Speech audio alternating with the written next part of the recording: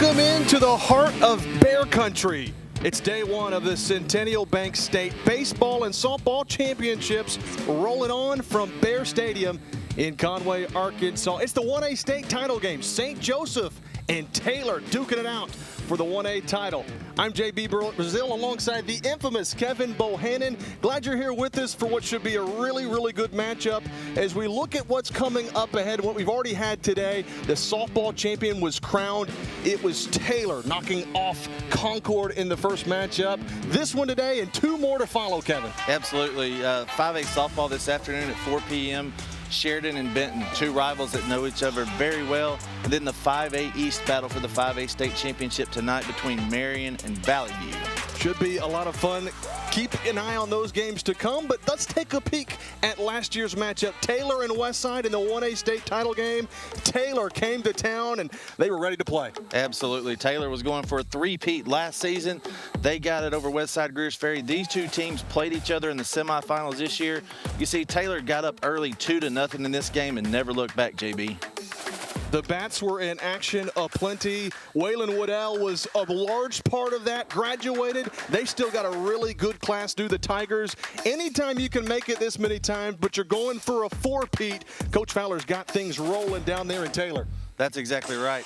And if we're looking at St. Joe's today, their player to watch, George Here. What a sophomore, JB. He's hitting .561 this year, 33 RBIs, 16 doubles, and JB, he's only struck out 3 times this season. I think it's safe to say one of the best sophomores in the country across all levels. That guy can play. They're going to need him to play at his highest level if they can beat Taylor, who's going for their 4th straight title. But the Tigers, boy, they've got a guy that they really can lean on. Jesse Humphreys can hit the baseball. Yeah, he's hitting in the middle of their lineup. He's their cleanup hitter, big first baseman. He's hitting .418 this year, 10 doubles, a whopping 47 RBIs. 8 of these players in the starting lineup played for Taylor last year.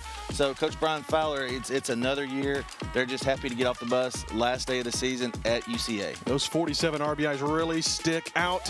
This weekend, though, weather may be a factor today. Hoping that's not the case. 80 degrees, beautiful weather for some baseball here in the middle of the day. A Thursday afternoon matchup between Taylor and St. Joseph. We'll get you set for first pitch when we come back from Conway.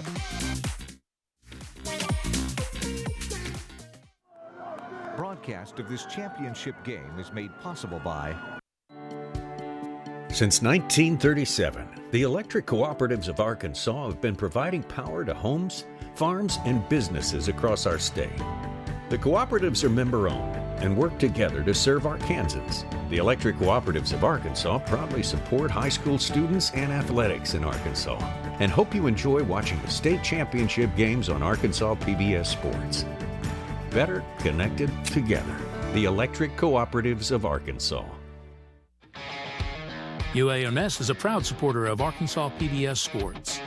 UAMS Health provides orthopedic and sports medicine care across Arkansas, supporting athletes and teams throughout the state. Find out more at UAMShealth.com.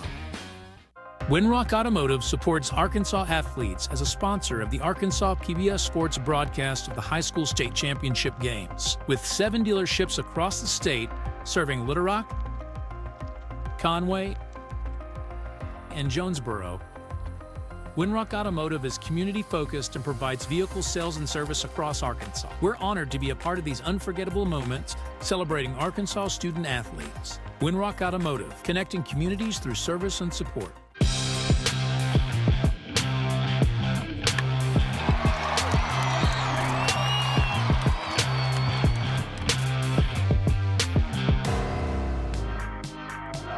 Broadcast of this championship game is made possible. Taylor and St. Joseph's just about set. It'll be Jacob Vandenberg, the right-hander for the Tigers. He's got some good numbers. Absolutely. He started last year's state championship game at shortstop, but he's getting it on the mound this year, JB, and he's going to work mainly fastball, slider, changeup, see if he can get ahead in the count early. He'll start things off with Travis Jackson, the righty. He is set, comes home, and we are underway in the 1A state championship game.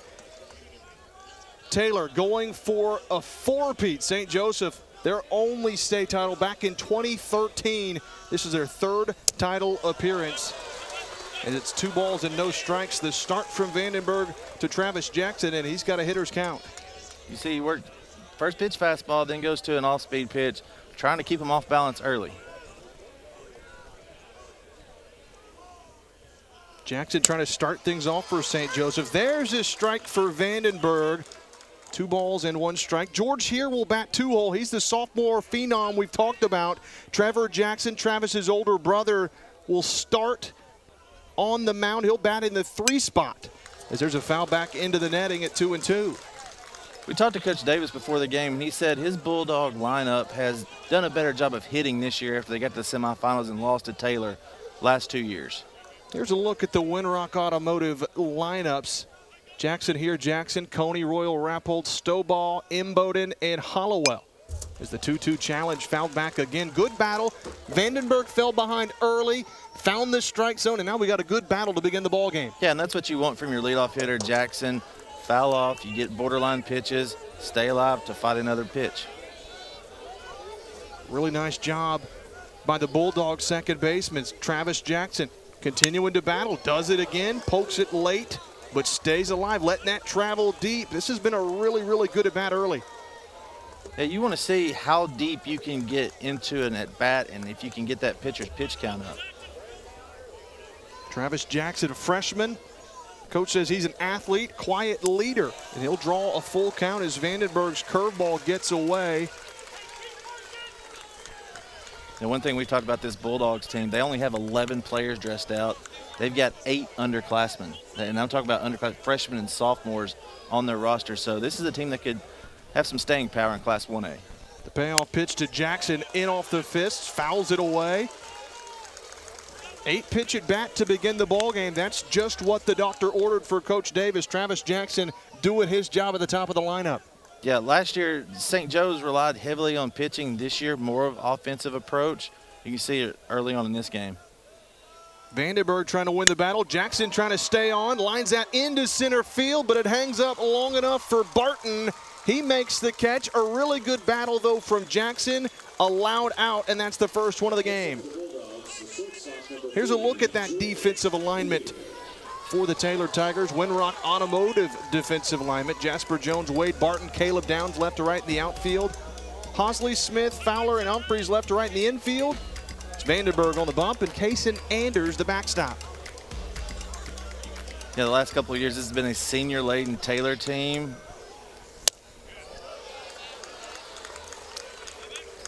That's a close pitch right there. George here standing in. Shortstop for St. Joseph. Good size sophomore. Good size, good player too. Rips that one right back through the box. A 1-out single for George here. St. Joseph aggressive at the 2 spot, and that'll start things off for the Bulldogs. Hey, JB, you can see why he's hitting .561. Simple line drive approach, not trying to do too much. Just shot it right back up the middle. That's a really nice job. Simple. Yeah, stays on the ball. That was the ball on the outside, outer third right there, and he did a great job. Hit right back where it came from. Seeing eye single, that's right. Trevor Jackson now, the starting pitcher for St. Joseph, will step in. First pitch, Joseph goes opposite field, down the right field line. Could be problems. It gets by Downs, and it's going to the wall. Extra bases for St. Joseph. They'll hold the runner at third and George here, but St. Joseph putting bat on ball, and it pays off. Yeah, the plan early in the game was to be aggressive in the zone. We talked to Coach Davis, like I said before the game. They were going to be aggressive early in the zone. That's exactly what they're doing so far, JB. Vandenberg pitching outside. Nice job from Trevor Jackson to go with the pitch. Downs made a bid, was going to be a tough play on the run, gets away. And St. Joseph, the Bulldogs are in business for their cleanup hitter, Owen Coney. Yeah, here had to hold up just a little bit or he would have scored on that play for sure. They indeed rule that a double down the right field line. So after Travis Jackson lined out to center field for the first out, productive though, a lot of pitches thrown, back-to-back hits for St. Joseph. The extra base hits got them in a chance to strike first with Owen Coney, and he takes a strike on the outer half. It's 1-1. Love the early approach by these hitters, JB. You can just see they have a lot of confidence stepping in the box. Like we said, these two teams have played each other in the semifinals the last 2 seasons. St. Joe's playing with a little chip on their shoulder early on. Owen Coney, a .418 hitter. Takes a big hack down that time, fouls it off to our umpire down the third baseline. Our crew today in the 1A state title game, Jeff Farmer's behind the plate, Alan Stafford over at first, and Bobby Tillery making the play there, the umpire at third. And you mentioned, Kevin, first time that these guys will umpire a state title game. For first state championship game for all 3 of these guys, it's something that you work towards in your high school career. Something you want to be a part of is Weekend of Champions for sure. Good take from Owen Coney. 2 balls, 2 strikes. The lefty got a chance to do a job. First base is open with Patrick Royal waiting on deck. They try to hold the runner at second and Jackson close. 2-2's fouled away. Good challenge from Vandenberg. This is some early pressure to the starter in Vandenberg. Jacob Vandenberg going to have to find a way to dig out of this a little bit. He's ran in situations like this before. Yeah, and we talk about it, working with traffic on the bases. Vandenberg already pitches from the stretch when nobody is on base, so it's nothing really new to him. And second and third's a good situation to be in with your first runners on base. Another 2-2. Coney opposite field in the air. Diving catch. It's made by Jasper Jones in left field. It'll be a sacrifice, though. St. Joseph strikes first. It's 1-0, but a heck of a play in left field from Jasper Jones. 2 great plays all the way around there. You got to give it to George here. He didn't take off. For a sophomore, not to get too anxious at third base, he tagged up, got the run in at 1-0 Bulldogs lead early on. You got to see how Taylor responds to this right now, but yes, a great catch. That's the toughest play to make when it's right in front of you. You have to dive right at the baseball because you lose your depth perception on that. And that ball's dropping quickly. And here's the other thing, too, especially with the lefty. Yeah. If that ball drops, it's going all the way, at least close to the wall, clearing the bases. Big play. It's 1-0. St. Joseph strikes first. Standing in's the catcher, Patrick Royal. So the Bulldogs doing what they need to do. I talked to Coach Beck, the first base coach, former teammate of mine, mind you, back in the day. He talked about how it's important for them to strike first, get a little momentum early. Yeah, and Beck was the MVP of the state championship team in 2013, coming back to his alma mater. That's right. Little chopper to that left side of the infield. Should end the inning. High throw to Humphreys from Husley. He makes the snag, but St. Joseph strikes first. They're up 1-0 in the top of the first. Team sports in Arkansas really is the building of character. It's being able to get through trials and tribulations as a team. You take those lessons from team sports and use them in everyday life situations. I'm RJ Hawk. Please consider giving to Arkansas PBS Sports. This broadcast is underwritten in part by Centennial Bank supports communities across Arkansas and is a proud supporter of the Arkansas Activities Association and Arkansas PBS Sports, providing financial services since 1999. Member FDIC, more at my100bank.com.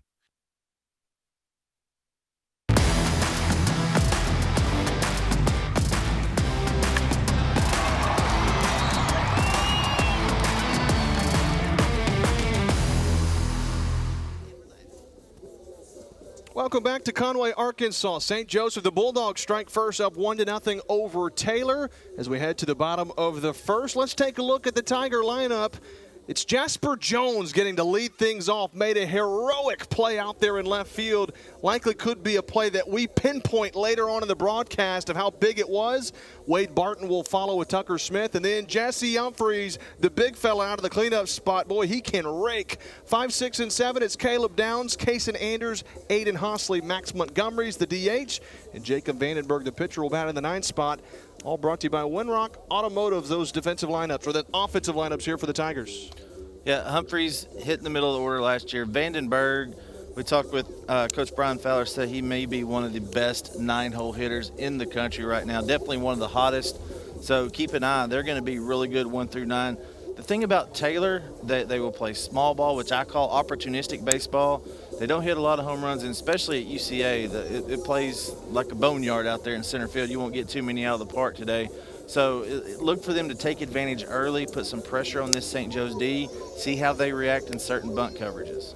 And for St. Joseph on the bump, it's Trevor Jackson, the junior, older brother of Travis Jackson. Trevor Jackson thrown 45 2/3 innings. He's 8-0 on the year, only giving up 5 earned runs. He's got a .766 ERA. A sub-1 ERA for righty Jackson. They're going to ride him as long as he can go. It's going to be important for Taylor to try to jump on him early, because when he gets in a groove, he's almost unhittable. Yeah, Jackson offers a little bit of different arm slot. He will come out of a lower 3/4 slot. That produces a lot of arm side runs, so a lot of these right-handers are going to have two-seam fastballs run in on them. They got to get the barrel out in front of to the ball in that situation. That way they're not fouling them off, dinking it back to the pitcher all day. So Jasper Jones will step in first for Taylor. He takes the first pitch from Jackson, up and in. On the year, Jasper Jones, a .359 average out of that leadoff spot. 3 doubles, a triple. Knows how to get on base as well. 19 walks on the season. Jackson pumps in a strike. It's 1-1. The key for Jackson, he's a junior. Really good curveball right there. Nice slow looping curveball, catches the outer bottom portion of the zone, and Jackson gets ahead. A ball, 2 strikes. Jasper Jones going to have to protect. 1-2, rips it opposite field, but foul. Well struck, but just foul down the right field line. Yeah, Jones made that really good catch in the first inning. How many times have we seen it on SportsCenter? Make a great play in the field, come up and get a hit the next at bat. Jasper Jones certainly trying to cash in after a great defensive play in the top of the first. Worked as a sacrifice fly, but could have been more. Rolls over this one, foul to the left side this time.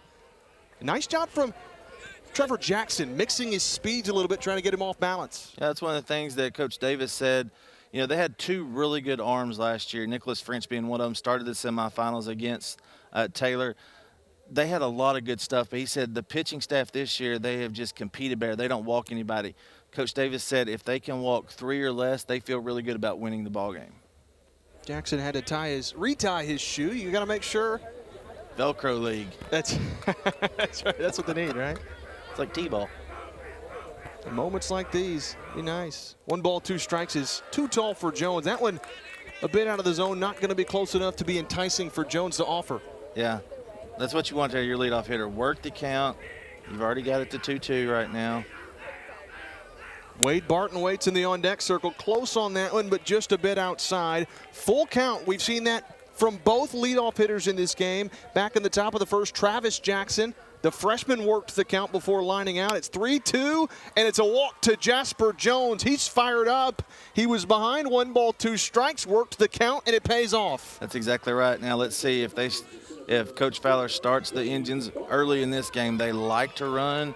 Jones being leadoff hitter. Let's see how Jackson responds to traffic on the base paths right here. Aggression is the name of the game, too. Taylor likes to apply pressure. They've got speed with Wade Barton due up. Barton, a .400 batting average, a .588 on OBP, so he knows how to get on base, draws a lot of walks. 9 doubles on the year out of that 2 spot, got some power. Yeah, Taylor has they do not have a lefty in the lineup, so they're going to be right on right all game. You don't see that too often. No, you really don't. You don't see it. In lower classifications, your pool to choose from players is a little smaller, so it's not too surprising. Runner is on the move, Jasper Jones, and he's hung out to dry. The hose from Patrick Royal, and he guns him down at second for the first out. Great throw right there by Patrick Royal, and they knew it was coming too. Even though Jackson had a high leg kick, Jones may have gotten a late jump over there. We know we're playing on turf here. These guys don't play on turf a lot, so it's a little different surface out there that you're trying to get a hold of early on in the game. There's the defensive lineup for St. Joseph. Hollowell, Stovall, Imboden from left to right in the outfield.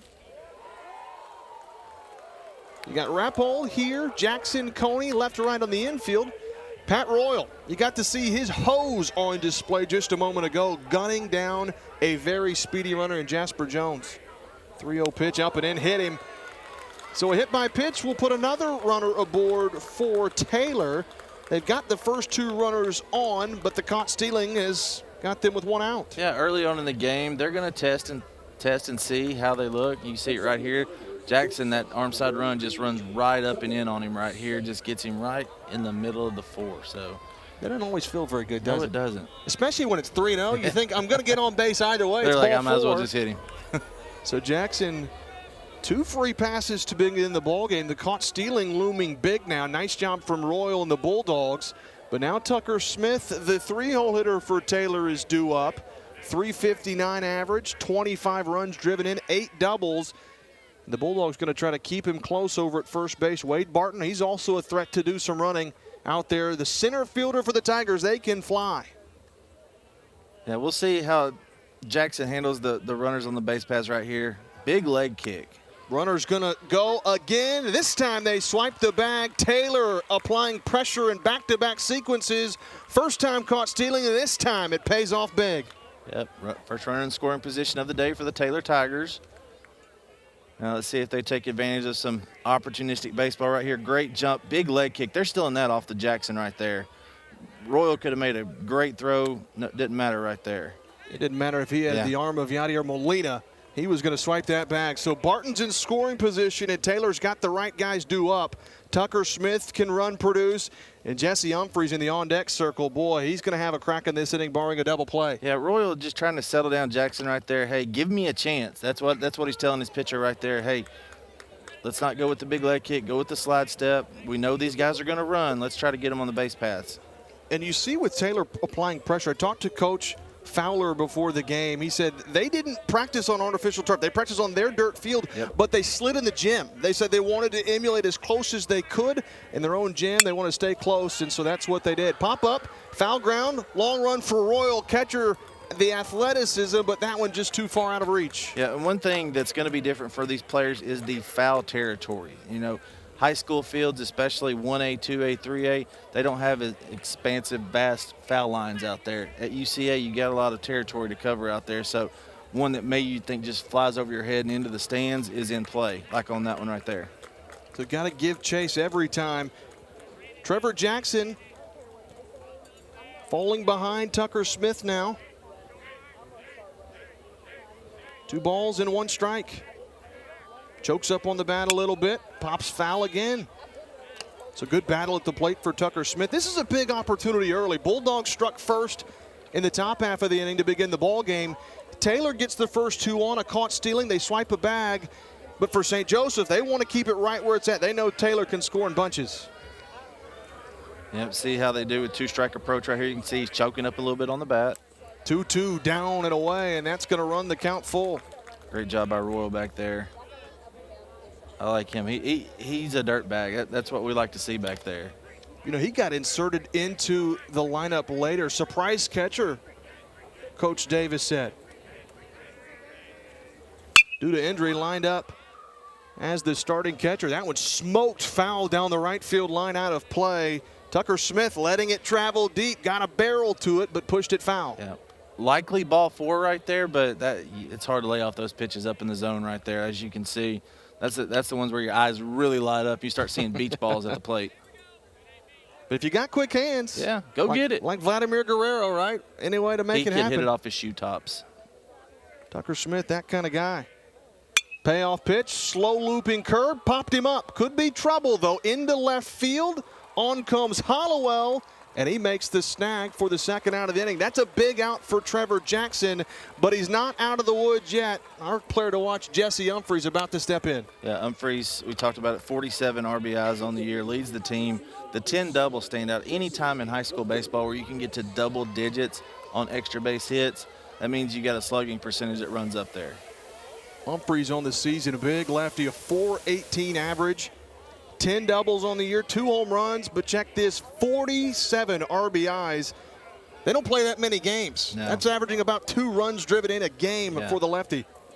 And I want to correct myself. Humphreys is swinging it from the left side. Grounds it to second base, though. Wow, damage averted. Nice job from Trevor Jackson. He's fired up. That ends the inning. We've played 1 from Conway. It's Bulldogs up 1-0. this month on Arkansas PBS. It's one Cole Porter showstopper after another in a comic look at the staging of Shakespeare's Taming of the Shrew. Starring Lisa Davidson, Freddie De Tomaso, and Quinn Kelsey, and Yannick Nézet-Séguin conducts. Don't miss Puccini's opera thriller. One gentleman showed me his coffee mugs that he had received as a wedding present, and they were $900, so that would surprise me. Only on Arkansas PBS. This broadcast is underwritten, in part by... Summerwood Sports Complex in Bryant features 4 courts across 2 gyms, located off Interstate 30. Offering space for tournaments, practices, and training. Proud to support the Arkansas Activities Association and Arkansas PBS. More at summerwoodsports.com.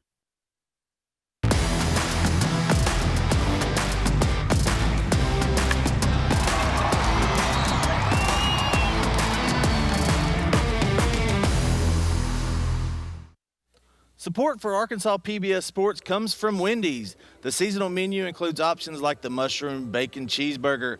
Availability may vary by location. Boy, that sounds pretty good yeah, right about now, we can't be talking about mushroom bacon cheeseburgers right now. It's too early.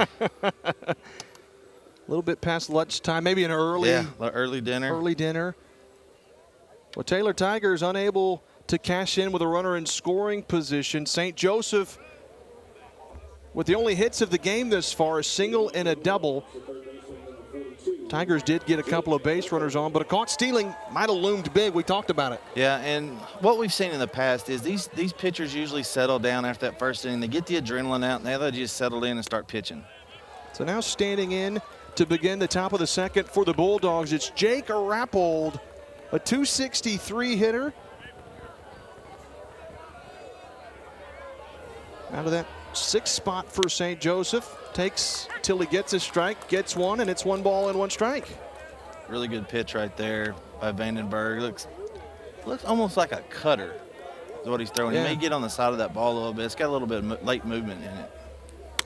Vandenberg just missed upstairs on that one. Tried to drop it into the zone, but to no avail. Yep. Batters and pitchers, they got a really good consistent zone so far. That's one of the things, the key points, small things of the game they want to learn early in the game. Hitters count, gets the strike on the upper inner portion of the zone. 2 balls, 2 strikes from Vandenberg, who's got a 2.15 ERA on the season through 39 innings pitched, 29 strikeouts, 12 walks for the righty, trying to make it 30 strikeouts, and he'll do it. Foul tip into the catcher's mitt. Vandenberg with the juice. He'd been going in, then went away with that soft stuff. You got to love it right there. Take a really good replay right here. He had no shot to get that ball. Great job by Vandenberg. Really good strategy early on. Vandenberg pumping it in for out number 1. Xavier Stoball, the Bulldog center fielder, stands in. Go back from that right side. Carson Anders does a really good job receiving behind the plate. That's one thing that you're going to have to look at this game. There's been so many different ways and so many different philosophies of catchers these days. I like to tell my catchers, just keep it still, keep it in the zone, I'll get the strike. There it is. Strike called from Vandenberg. Nice job from Anders behind the plate. Stoball, Xavier Stoball, a .338 hitter. 2 doubles, 23 singles on the season, but his OPB above 500 out of that 7 spot. Takes his strike there, and he'll have to battle from behind. Vandenberg gets ahead 1-2. Anytime you can have an on-base percentage over 500 out of your 7 spot, you know you're doing a lot of things right offensively. Team calls him X. That's his nickname. Trying to battle from behind. 1-2 goes opposite field, but right to the first baseman, Humphreys. He gobbles it up, and just like that, 2 are gone in the top of the second. You can see what we talked about at the top of the inning right here. Vandenberg settling in. He's thrown more strikes this inning. He's going right after him.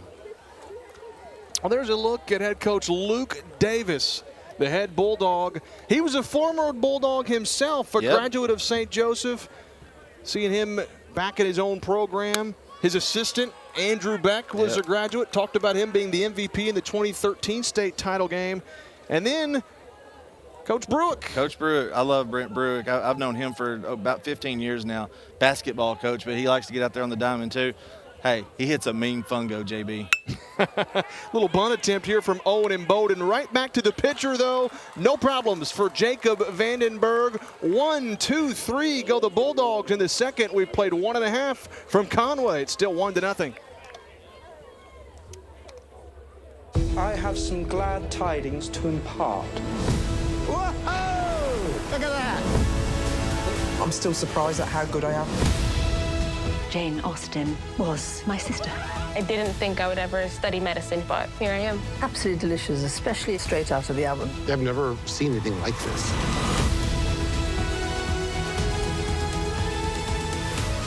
I think we have sufficient cause for celebration. This broadcast is underwritten, in part by Everett Buick GMC provides vehicles to Arkansas families and supports local organizations. Community involvement has been part of our story for generations. Proud to support the Arkansas Activities Association and Arkansas PBS Sports. More at everettbgmc.com.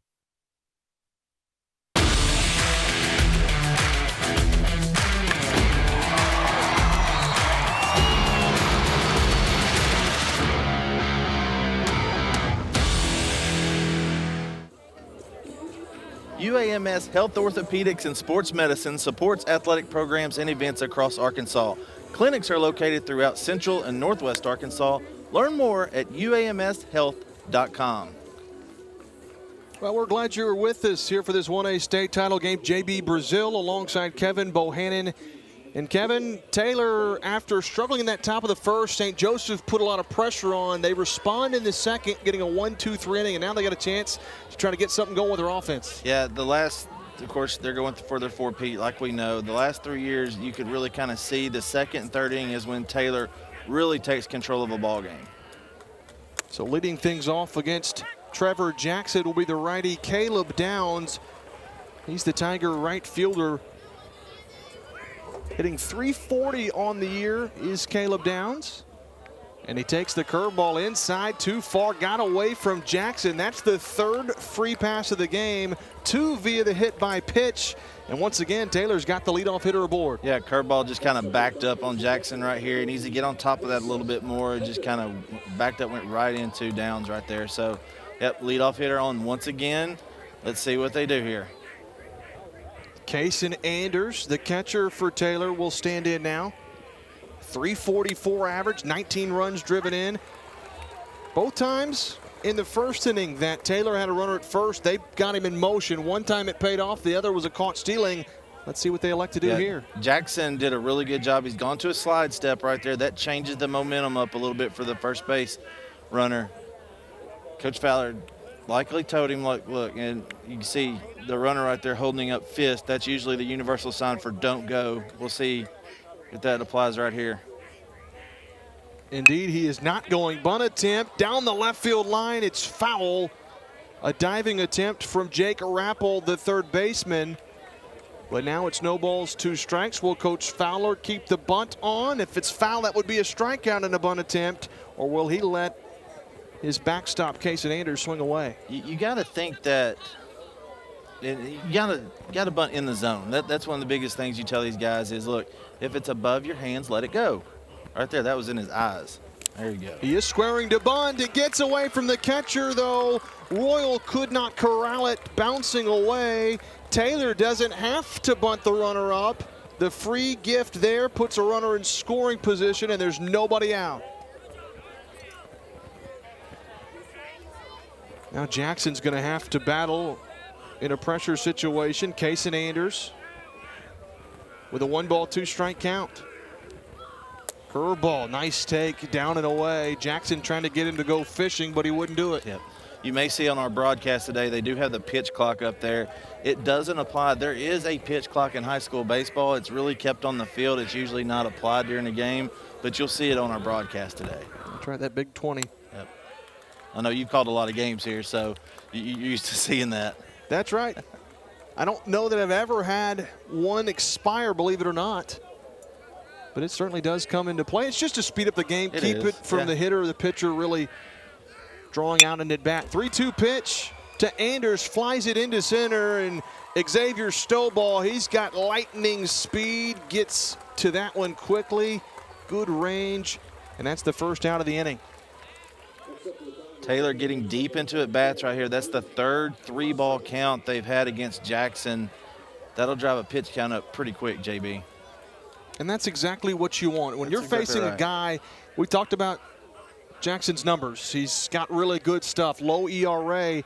Find a way to draw bigger counts and try to get him out of the game that way. Make him labor a little bit. Aiden Hosley stands in, 264 average. He takes the first pitch down and away for ball one. Pardon me, a 286 average. Yeah, Jackson not afraid to go to the first pitch curveball right there. He's done it a couple of times already. Just changing up his looks. You want to change up your holds, change up your looks. Keep those runners honest on the base. Tigers looking for production now in the bottom part of the lineup.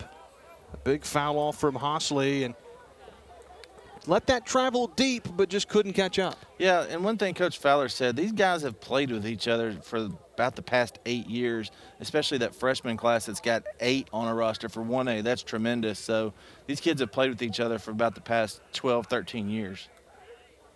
The chemistry is high for the Taylor Tigers. You know, we asked him about, before the game, we said, Coach, you've been here before. He said, yeah.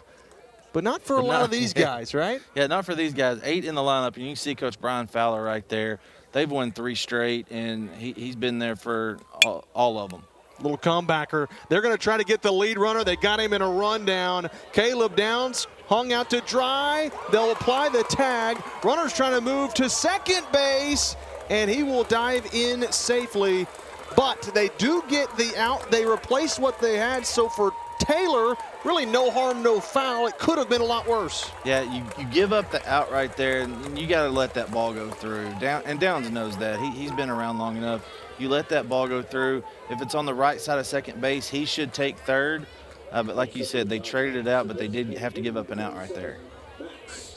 So it goes as a 1-5-6 put out, and then they threw to the second baseman covering over there.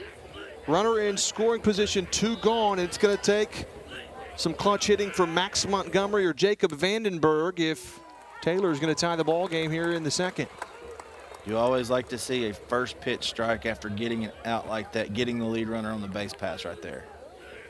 And Max Montgomery was the only one that did not play in the state championship game last year. He's one of those 9 freshmen on the roster. Boy, he's hitting .392 as a freshman. Rolls over this to short, though. George Here's there. The throw across, it's close. Bang, bang, but they got him.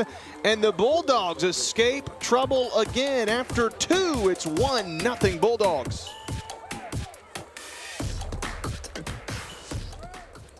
This month on Arkansas PBS. I must face the fact that nothing will ever come of my writing. I had opportunities, squandered them. Let's get you inside. If you're looking for us to take her in, the answer's no. You are about to take your vows. Do you feel ready? Her voice catapulted her to stardom. She seduced the world.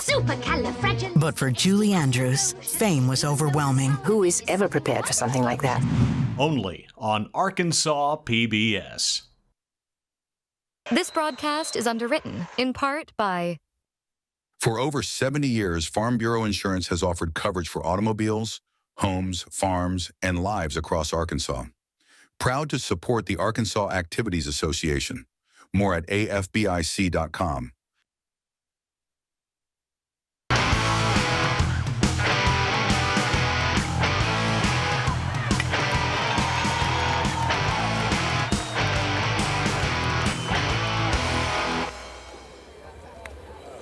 It's trivia time. Taylor is playing for their 4th straight championship today. Who are the only 2 schools to win 4 straight titles in state history? Ooh. Good, yeah, good one right there. I know I was not a part of either one of these teams. We only won 1 straight back in '99, JB. 1 straight, yeah. Wow. One straight. We played for it in '98 and lost, and then won in '99. Hallowed club there. Yeah, that was the first year of the Weekend of Champions, actually, at Baum Stadium in Fayetteville in 1999. I'm dating myself a little here. I was about to say, you certainly don't act or look it, Kevin. I'll tell you that much. I appreciate it. Top of the 3rd is upon us. It'll be Caden Hollowell to lead things off for St. Joseph. 9-hole hitter, then back to the top of the lineup. Travis Jackson, George here due up. Trevor Jackson will bat if anybody reaches. First pitch, Hollowell, jam shot up the middle. Shortstop Smith got plenty of time, and his throw across the diamond is pure. Pitcher's best friend is a first pitch swinging hitter that you can get that quick out on right there. So one pitch out, Tucker Smith able to corral things. Now it's back to the top of the lineup, Travis Jackson. Jackson put together a really nice at bat to begin the ball game. Ended up lining out to center field, but came into the weekend or state championship game hitting .395 as a freshman in the leadoff spot. That'll play. Yeah, for a freshman. And he really kind of reminds me of Valley View's Owen Roach with his approach and everything. It's kind of the same size. Roach is, of course, a junior at Valley View this year. Jackson and this St. Joseph Bulldog program, they know what they've got. Bright future. A lot of youngsters, a lot of young talent that shines. Bulldogs hoping that they make a return trip in the next couple of years. 2-0 pitch to the top of the lineup. Strike called, gets away though from Anders. Yeah, 2 balls, Anders 1 strike. tried to jerk that one a little bit. Home plate umpire kind of gave him the benefit of it right there. It was over the black on the outside corner. He's likely just to tell him, hey, just leave it there. He'll get it. That's right. Yep. You'll see that from time to time. Get a little. It's all about where it crosses the plate. 2-1 is popped up down that right field line. Long run from Downs up against the railing. Just out of reach. What an effort, though, from Caleb Downs. That's a long foul ball. Now, it's padded down the right field line. I know it's brick down there, but it is padded, right? Yeah, you can kind of see it right there. Yeah, you kind of see that was really close to being caught right there. Man, what an effort from Caleb Downs. That would have been SportsCenter top 10 worthy play if he corralled that one. Tip of the cap to the right fielder. An effort that was great nonetheless. And new life for Travis Jackson. Trying to battle at the dish, 2-2. Upstairs from Vandenberg, got away a little bit. I'm going to have to talk to Vandenberg after the game. That kind of looked like a knuckleball the way he was gripping that. You don't see that very often. No, you don't. Not at this level, that's for sure. 3 balls, 2 strikes. Travis Jackson 0 for 1 today, lined out to center. Rips this one down the third baseline. Gets past the diving third baseman, but it's foul. And we'll do it again. And how about it for Travis Jackson? Man, what is it with him? He's seen some pitches now. He likes to, let's see, he had an 8-pitch at bat the first time up. He's seen 14 pitches now. Man, that will play.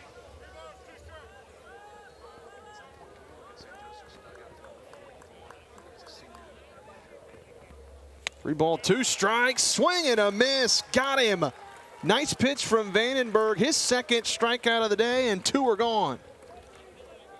Really good 2-seam right there, right at the knees. It's got a little horizontal run to it right there. You look at it, it's just right there, painted outside, right at the knees. They won't do anything with that. If he lives out there and can command that pitch on the outside corner, he'll have a good day.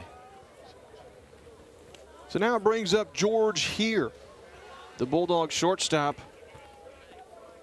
He reached on a single back in the top of the first inning, ripped one right back through the box, as a matter of fact. He's a good shortstop, but good hitter too. He's got good hands at shortstop too. That's what you're one of your most athletic players, especially in lower classifications. He's going to end up playing shortstop, and you can see he's got a bright future.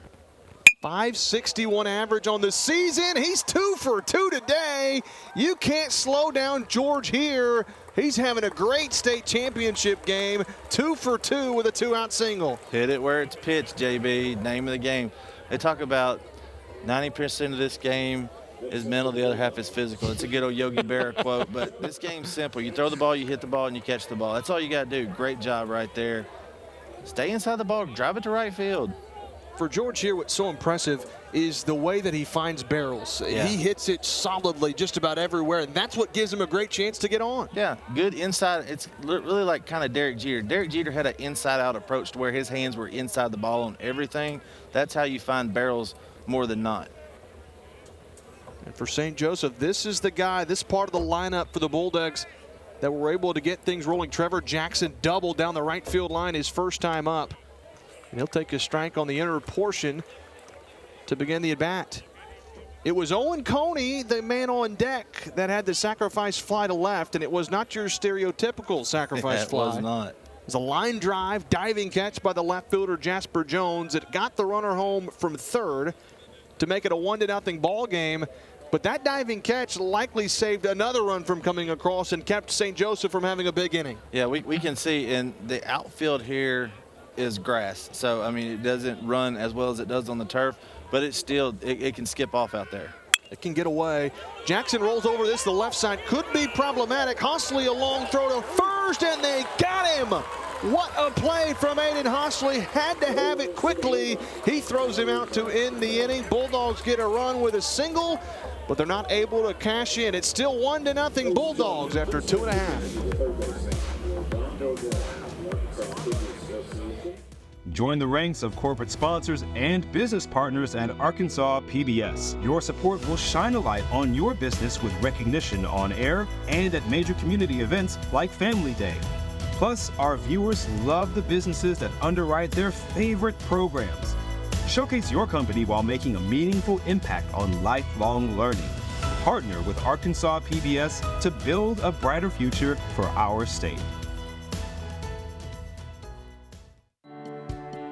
Since 1937, the electric cooperatives of Arkansas have been providing power to homes, farms, and businesses across our state. The cooperatives are member-owned and work together to serve Arkansans. The electric cooperatives of Arkansas proudly support high school students and athletics in Arkansas and hope you enjoy watching the state championship games on Arkansas PBS Sports. Better connected together. The electric cooperatives of Arkansas.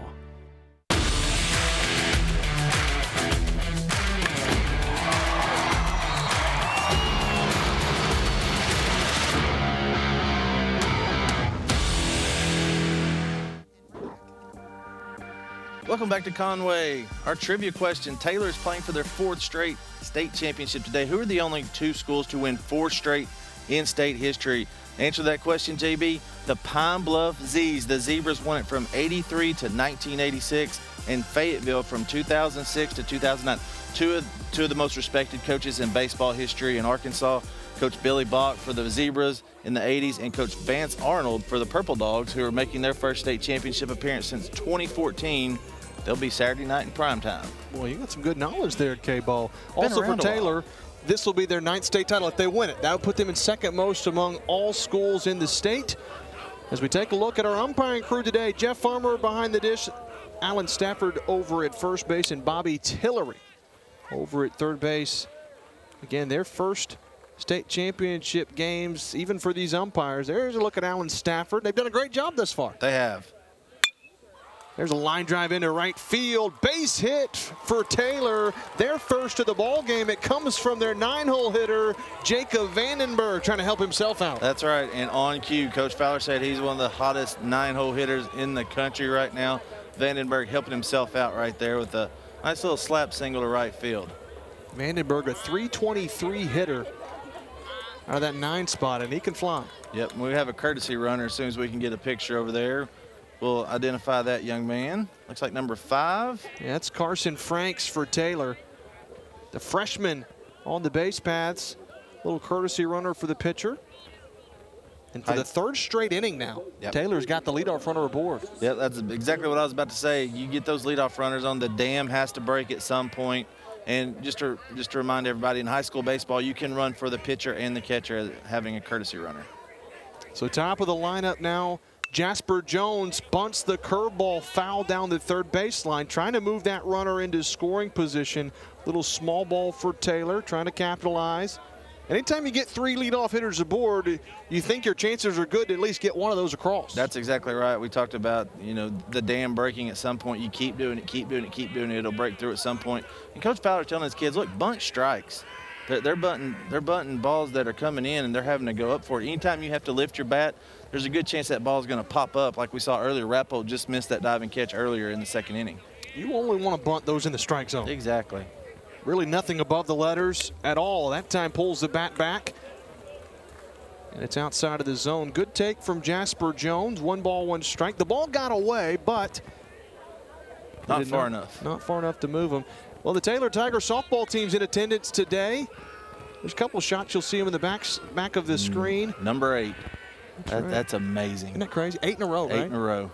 Unbelievable. 8 in a row. I don't care who you are. That's impressive. That is something else. 1 ball, 1 strike to Jasper Jones. Still trying to bunt that runner up. This time they appear to be taking off the bunt sign. Takes that ball outside. So a hitter's count for Jasper Jones. There's the softball team. Our first state champions of this weekend, as a matter of fact. That's exactly right. Last 2 years we've had 10 a.m. baseball games, so softball got the early one this year. Oh boy, up and in from Trevor Jackson. It hit him. Jasper Jones wears it. 2 aboard now for Taylor, and they got something brewing.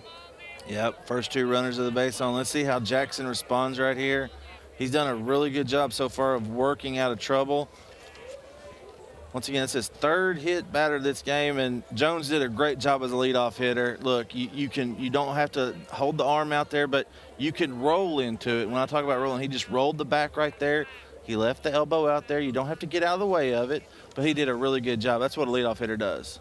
George here at shortstop's had a great game, but Trevor Jackson, 45 2/3 innings pitched on the season, and in that time he's only hit 2 batters all season. That's 3 today, and boy, you think the jitters might play a factor. Coach Davis going to come out and have a conversation with his junior pitcher. Taylor's got their best chance of the ball game. Yeah, and Coach Davis go out there and comment. And there's 2 things that could contribute to the lack of command, or he's only hit 2 this year. Look, it's a state championship game, so the nerves are there. Plus, you're pitching off of turf, right? They still have a dirt mound out there. Is it turf? At Curtis Walker, they play on dirt. Yeah. Yep. So you're having to pitch off a little different surface out there, so it's a little different. With the conversation with Coach Davis, he'll talk a little bit longer. Get all the latest info from Arkansas PBS. Visit myarpbs.org/sign-up. Conversation on the mound is done between Coach Davis and Trevor Jackson. High pressure situation now for the right-hander. Let's see how he responds, and it doesn't get easier. Wade Barton due up. He was hit by a pitch his first time up. The double play is in order for Jackson and the Bulldogs. And the first pitch is smoked fair over the third baseman's head and into the left field corner. Taylor's going to tie it. They're going to try to take the lead. The second run comes home. 2-1 Tigers on a 2-run double from Wade Barton. Wade Barton, center fielder, had a great game last year in the state championship game. First pitch swinging after a mound visit. Coach Fowler said, be aggressive right here. Jackson had lived dangerously all game, up in the zone, rips it down the left field line. Great attempt right there by Rappold. It was a little out of his reach right there. Great job by Jasper Jones to get all the way home from first base as well. Man, no kidding. That's some good speed. Well placed from Wade Barton. He went pull side, swung early, and he jumped all over it. Now it's the 3-hole hitter Tucker Smith standing in. 2 hits in this inning for Taylor, their first 2 of the ball game. A hit by pitch sandwich in between. They're still not done. Smith and Humphreys are due up. Downs would follow. Still nobody out. As Tucker Smith fouls that one up right side. First base, and a fan trying to come over and make a catch, but he lets that one hit the turf harmlessly. Yeah, we got the kid zone out there. Maybe a little bago, a little picnic action going on right today. You a big bago guy? Sometimes. It just depends on the day if the wind's blowing left or right. Well, I bet the hardcore people would call it cornhole, right? That's They'd get on to me for calling they bago. They have cornhole championships. That's it just depends on what state you're in. Back to action. Taylor Tigers have taken the lead 2-1 on the 2-run double from Wade Barton. He's at second base. Tucker Smith trying to battle, but man, we've had a good crowd on hand in the first baseball state championship of the weekend. Yep. Good shade over there as well. Conway St. Joe's is the only Central Arkansas team. Harding Academy and Searcy, but Central Arkansas left out of the state championship this year. St. Joe's is it. Tucker Smith pops that one up into left field. On comes Hollowell. They call him K9. He makes the snag out there in left field. I'll tell you about that nickname a little bit later in the broadcast. But that's the first out, of the inning. Here's Jesse Humphreys. He rolled over to second base his first time up with a runner in scoring position. And boy, when you roll the dice with Humphreys, he doesn't let that happen too often without driving in a run. Yeah, and you got to think Humphreys had to be kicking himself because it wasn't a good pitch to hit. It was a great pitch by Jackson down and into the lefty. But now you got to think Humphreys is looking for his pitch right here. And if you're Trevor Jackson, do you nibble a little bit, trying to come over? Humphreys pops that one up down the third base line. Foul ground, long run for Rappole, but it lands out of the field of play. So it's a long strike.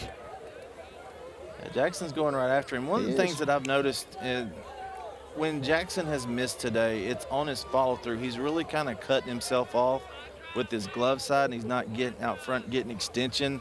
That's when he's kind of jerking the ball over to the left-handed batter's box right there. So if he can stay in a fluid motion, he's going to throw strikes. And I like the call here to attack and try to get Humphreys too. It's a big park. 0-1 fouled back, and now it's 0-2. Humphreys leading the team by quite a large margin in runs driven in 47. As we mentioned on the broadcast, player to watch. Rolled over to second base his first time up. He'll have to battle from behind 0-2. Trevor Jackson has worked into a little bit of trouble, and the Tigers have cashed in their first lead of the contest.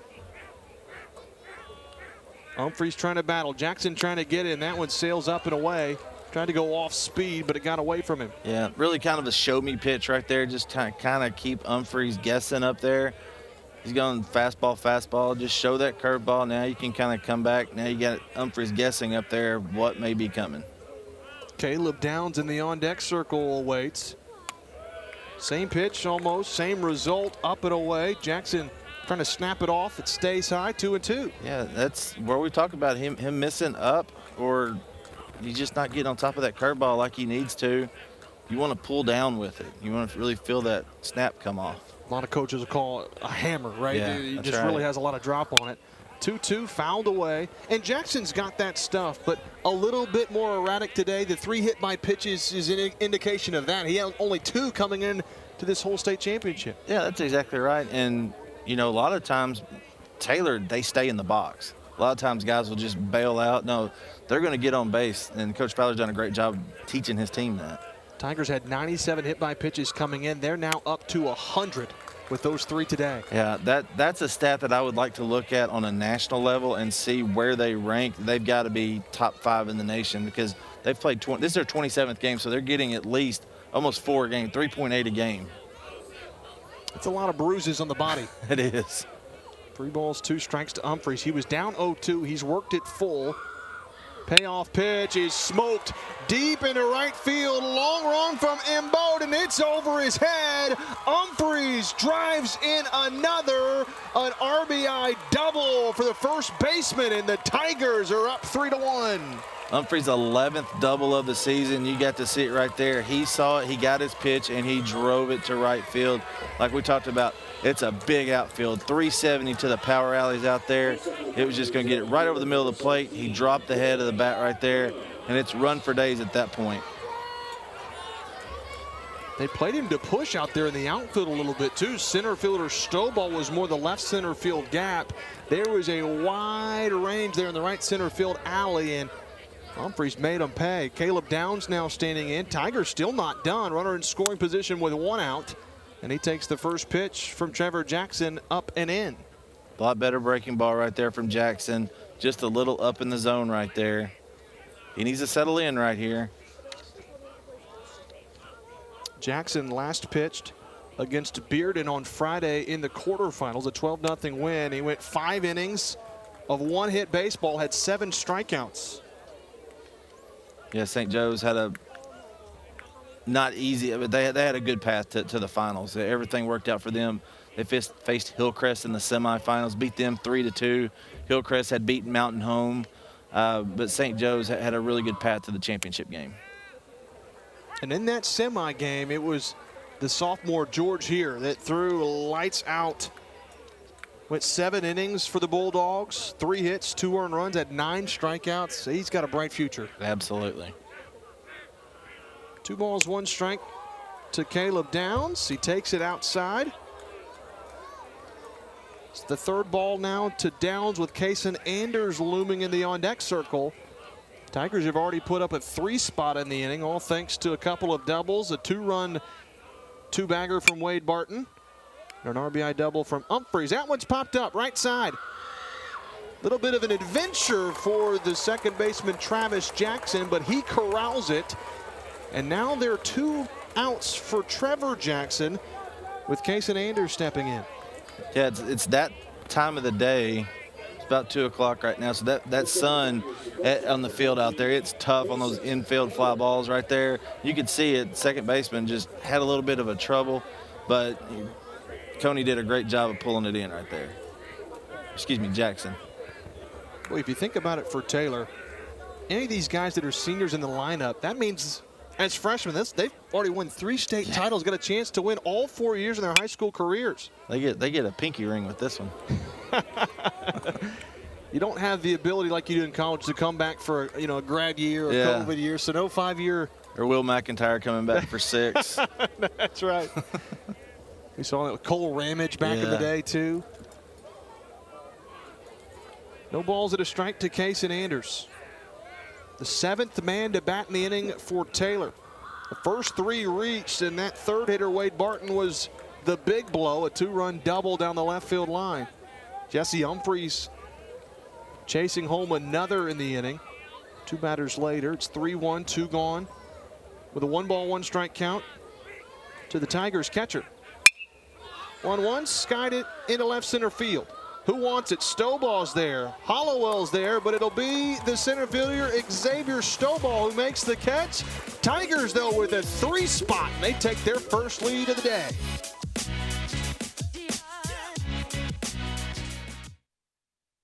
This month on Arkansas PBS. Hi, I'm Steve Weldon, inviting you to join me for a fun-filled 3-day hike at one of the most scenic national parks in America.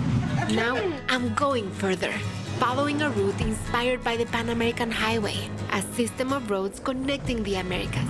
Each week we travel the country north to south, east to west, exploring some of the most exciting gardens.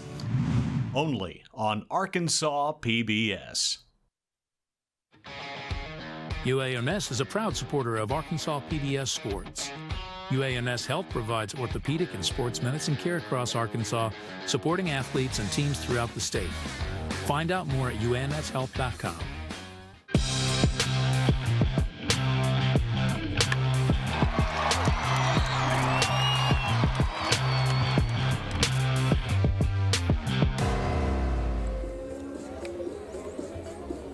Our Arkansas PBS Student All-Star for Class 1A is Brooks Hip from Westside Greers Ferry.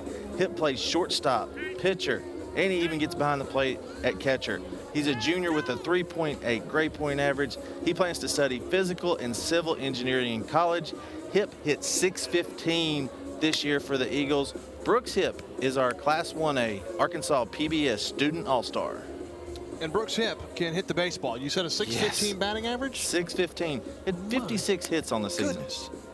That is unreal. They fell in the semifinals to Taylor 8-6.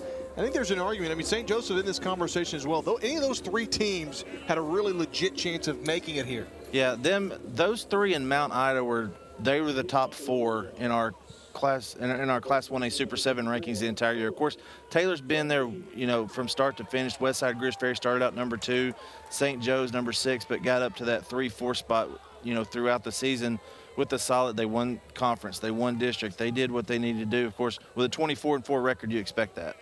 How about the shocker? They're in the regionals. Desart knocking off Southside. A good team, not sure where they would have landed, but that was a huge upset. Yeah, you had 2 in that region because Palestine Wheatley was in 2A. They lost to Baptist Prep. So, you had quite a few 4-over-1s in 1A and 2A this year. Owen Coney hitting the ball well, smokes it up the middle, but a diving catch from Tucker Smith at short, and he takes a hit away from the leadoff hitter. That's what you want to see out of your shortstop right there. Another tough play right there. Good bat-to-ball skills, just a really tremendous play right there by our man, Tucker Smith at shortstop. Man, tip of the cap. The defense for Taylor has been on display. Here's a really good look at it. Coney drove in the only run of the day for St. Joseph, but man, a web gem from Tucker Smith. Here's Patrick Royal, the Bulldogs catcher. Due up, he grounded out to third base his first time up back in the first inning. Ever since the first, Vandenberg's really settled in a good bit. Yeah, he went 1, 2, 3 in the second inning. Then he gave up a single to here. Of course, that's nothing wrong with that. To be expected. Yeah, it right? was a two-out single to here. No damage done in that one. So yeah, Humphreys has really settled in. Vandenberg. Yeah, Vandenberg's a guy that, you know, his numbers don't just jump off the page. Certainly, you know, a little above a 2 ERA. That's not bad, but he gets the job done. Kind of a contact guy, has enough to get some strikeouts, does whatever the coach asks.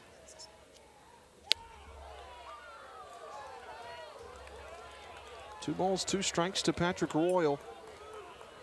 Jake Rappold, the Bulldog third baseman, waits in the on-deck circle.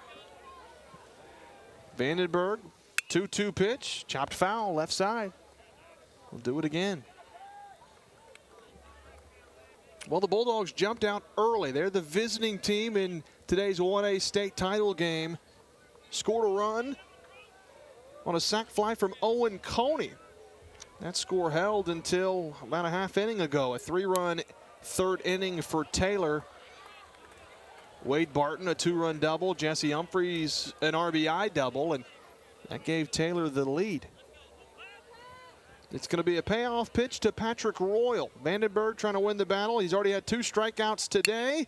It's smoked foul from Royal. We'll do it again with another 3-ball, 2-strike count. Royal getting a little jumpy in that box up. Vandenberg's done a really good job of changing speeds this at bat. That looked like his little changeup right there, and Royal just getting around it a little bit. And Vandenberg, as we've mentioned, really settled in after that first inning. Pressure was applied. St. Joseph talked about how that was important to try to jump out early. Taylor can score runs in bunches.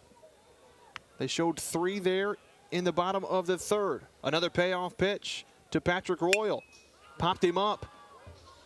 Into the outfield, Tucker Smith goes, waves the arms, calls everybody off. And just like that, 2 are gone. It'll be all up to Jake Rappold if the Bulldogs are going to do anything in the fourth. Yeah, Tucker Smith's just taking over this game. What'd you do at shortstop? Well, there is a look at Coach Andrew Beck, former teammate of mine in the American Legion ranks years ago. 2013, he was the state MVP, a part of the title team that made it the only title that they've ever won. He was the MVP of the tournament. Man, great guy, but a great player as well. Yeah, 2012 to 2014, St. Joe's, one of the best teams in Class 1A. They had a really good team in 14, just made the state tournament, just came up a little short after that 13 state championship. Coach Beck went on to play at the University of the Ozarks there in Clarksville. And he's a really good basketball player as well. One of the best athletes. The Beck brothers, there's Wade, the older brother, Andrew, and then David, all instrumental in St. Joseph athletics. That ball smoked to right from Rappold, but it hangs up for Caleb Downs. Vandenberg gets 3 contact outs, but the Bulldogs go in order in the fourth.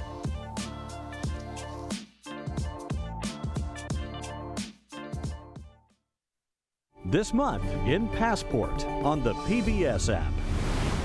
Meet the groundbreaking author Amy Tan. I am a writer and a tether to the past. I've been photographing Asian Americans in New York City for 50 years. Who do you see? Corky Lee taking pictures. We don't quite feel home in Korea, and we don't quite feel home here in America. These and other shows from Arkansas PBS are available with Passport on the PBS app. Since 1937, the electric cooperatives of Arkansas have been providing power to homes, farms, and businesses across our state. The cooperatives are member-owned and work together to serve Arkansans. The electric cooperatives of Arkansas proudly support high school students and athletics in Arkansas and hope you enjoy watching the state championship games on Arkansas PBS Sports. Better connected together. The electric cooperatives of Arkansas.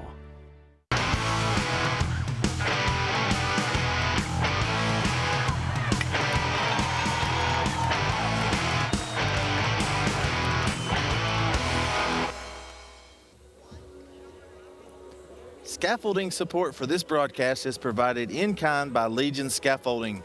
For more information, visit legionscaffolding.com. Well, there's a look at some scaffolding right That's there right. on the screen. Provided in kind. Looky there. The product on the field and outside the field of play as well. Yeah, our production crew, camera guys, they do a great job. Arkansas PBS, they've always done it. Third year for me to do this. I know you've been doing it as well. It's always fun to come up here and see a lot of the people that you get to spend this time of the year with. It's always kind of like a reunion. That's right. And a top-notch reunion and Absolutely. production all the way around. Well, for Taylor, they're up 3-1. Pitching from Vandenberg has been good.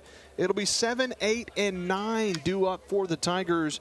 Hosley, Montgomery, and Vandenberg against Trevor Jackson. And the first pitch is fouled right back into the screen for strike one. Yeah, usually you think with 7, 8, 9 come up, you're going to be in good shape, but Hosley got on in the second inning. And then Max Montgomery, first pitch, lined out to shortstop. And then, of course, Vandenberg stays hot. So it's really important right here that Jackson gets a quick out. I think you're right. Just being able to attack early and try to get ahead of the count. But for Jackson, part of his problem has not been getting ahead. It's been able to finish. He'll get ahead 0-2, 1-2, but then he'll fall behind and walks come, and then his pitching starts laboring a little bit. Yeah, maybe, and it's probably being too fine of a pitcher at that point, getting around the zone. Just throw it over the plate. Let your defense work. You got a really good defense behind you. Let them play. He misses again. That time not as close. 2 balls and 2 strikes. Because here's the thing with Taylor, and we've seen this not only this year but in years past. With Coach Fowler's teams, they don't really help you out a ton. They take a lot of pitches, and they only swing at what seems to be strikes almost always. Yeah, and when they get up, they like to put that foot down, and they like to put the hammer down too. 2-2's chopped out in front of the dish. Could be trouble. Royal going to throw to first. Not in time. A little swinging bunt for Aiden Husley. And Taylor for the 4th straight inning. They've got the leadoff runner aboard. Yep. Swinging bunt.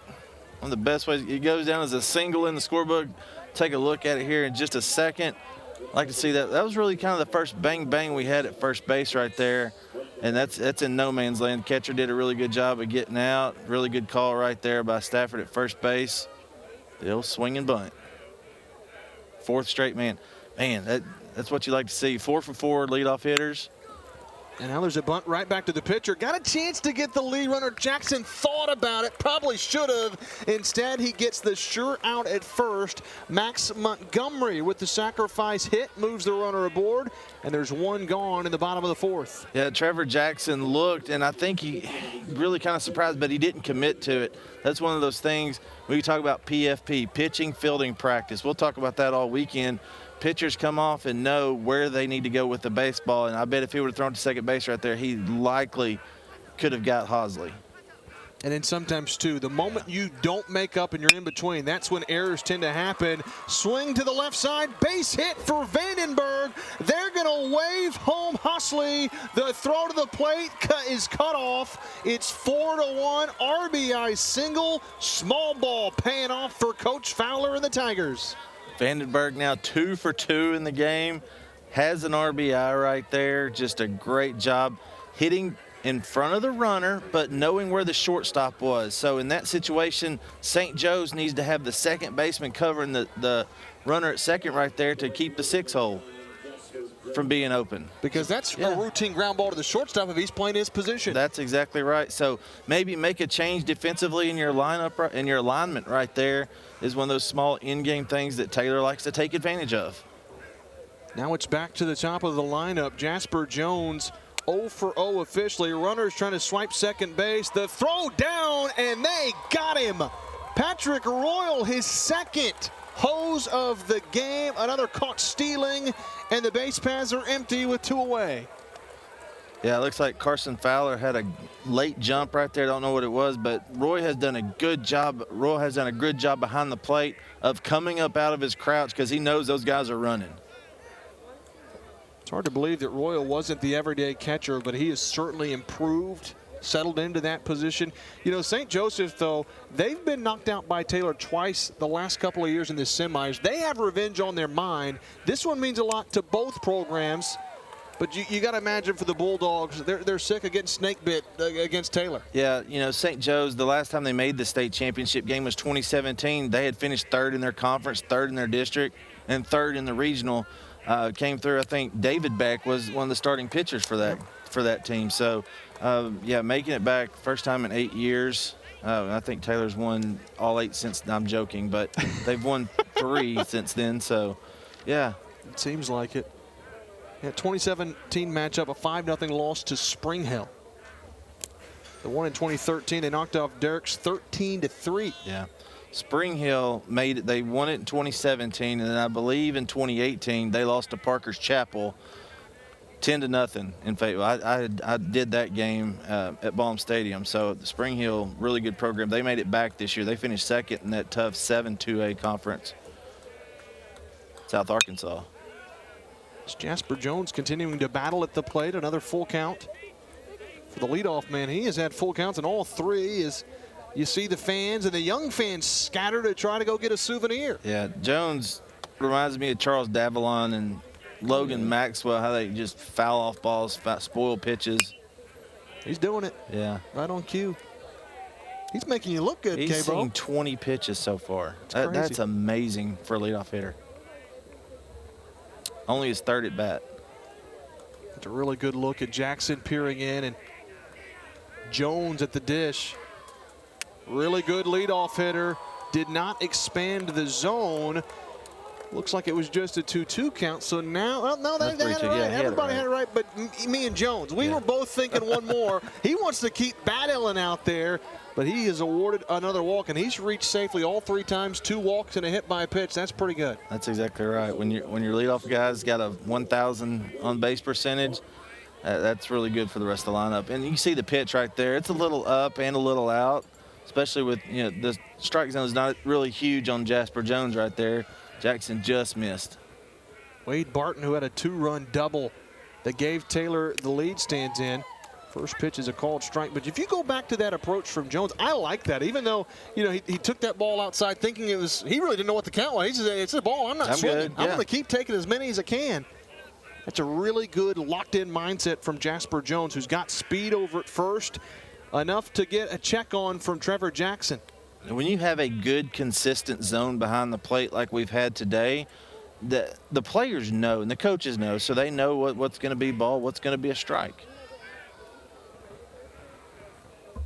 Barton with a no-ball, 1-strike count comes, and I think it hit the bat. It hits the bat on the backside, through behind him, and that's a foul ball for strike 2. That's unfortunate. You can see a replay right here. Turn, it just went the wrong spot. Yeah. And then the bat catches the mask of Royal, the catcher. Wade Barton tried to make himself big back there in the batter's box right there. Just caught the bat. Well, it's what we tell our T-ballers, get the bat down. But, yeah, it's just tough to do coming at you, especially 70, 75 miles per hour. It gets there in a hurry. 0-2 from Jackson. Diving attempt from Royal to stop it, and he does a really nice job. A soft block on a pitch that usually skips away, and that keeps the runner at first. Yeah. You hear so many times, you'll hear it from the stands, be a wall back there. I always tell my catchers to be a pillow. You got to be soft. You want that ball just to bounce right down in front of you, or especially a situation like that. Do your best job to be soft with the ball and keep it out in front of you. 1-2 curveball, chopped to the shortstop. In comes George here, throw to first, and they got him to end the frame. But Taylor adds another. It's 4-1, getting late, headed to the 5th.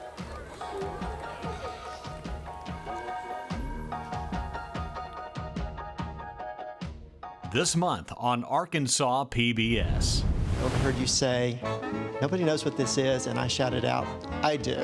For a collector like myself, this is like heaven. Here we go. I'm home. The party is just getting started. They're so romantic. Oh.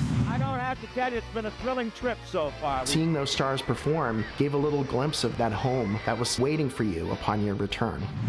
Only on Arkansas PBS. Winrock Automotive supports Arkansas athletes as a sponsor of the Arkansas PBS Sports broadcast of the High School State Championship games, with 7 dealerships across the state serving Little Rock, Conway, and Jonesboro. Winrock Automotive is community-focused and provides vehicle sales and service across Arkansas. We're honored to be a part of these unforgettable moments celebrating Arkansas student-athletes. Winrock Automotive, connecting communities through service and support.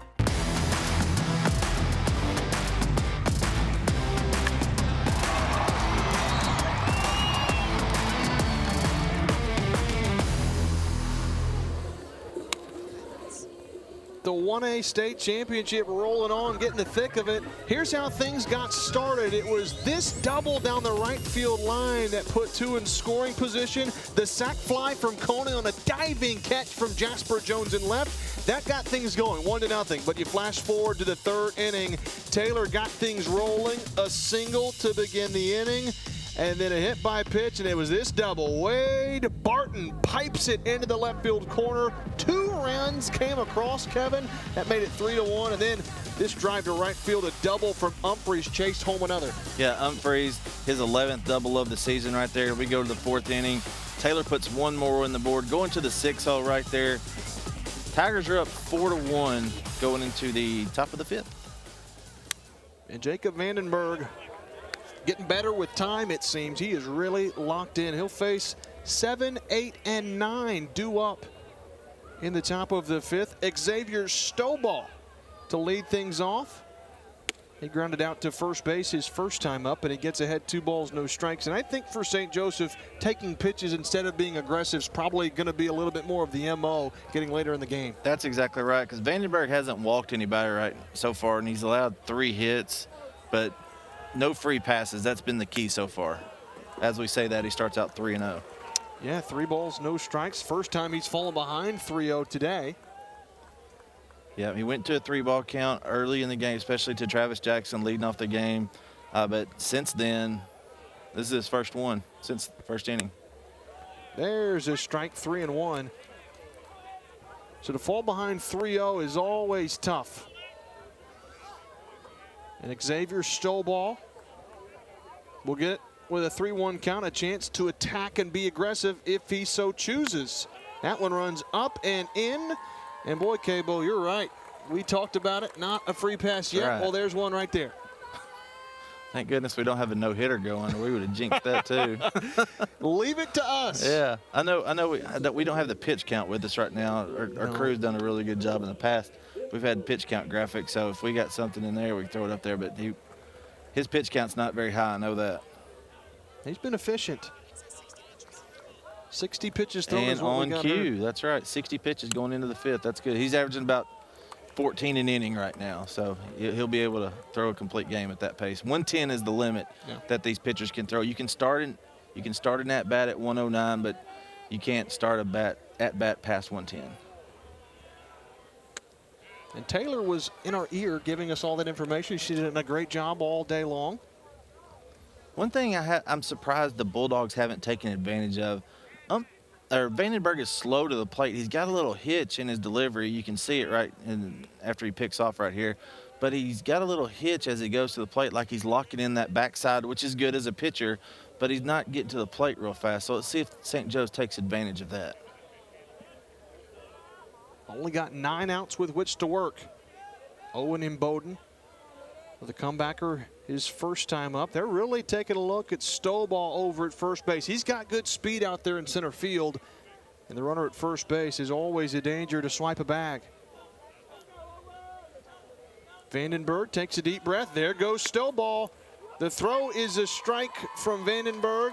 They will not attempt to throw down to second, so St. Joseph swipes the bag, and they'll have a runner in scoring position with 3 chances to drive him in. Yeah, the first time that St. Joseph's had a runner in scoring position since that first inning.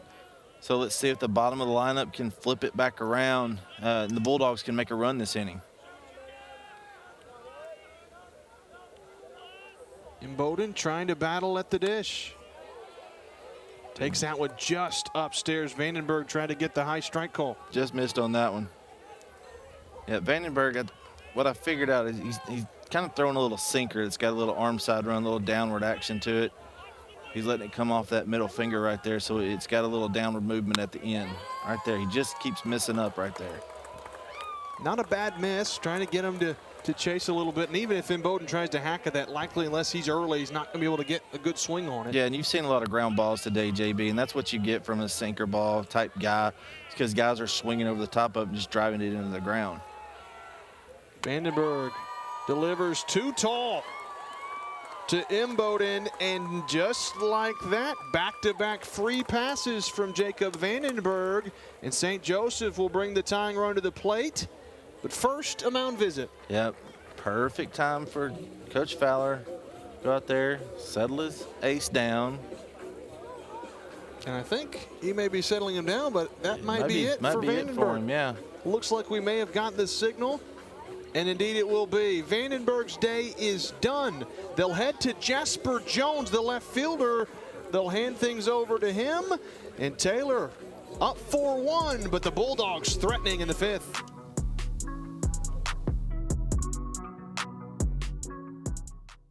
It's primetime on your time. Get more of your primetime favorites each weekday starting at 1:30 following our PBS Kids programs. Catch up on all the programs you love, including Exploring Arkansas, Nature, Antiques Roadshow, Arkansas Week, British Favorites, Mysteries, and more, beginning at 1:30 p.m. Monday through Friday. See the full schedule and all the ways to watch at myarkansaspbs.org/watch.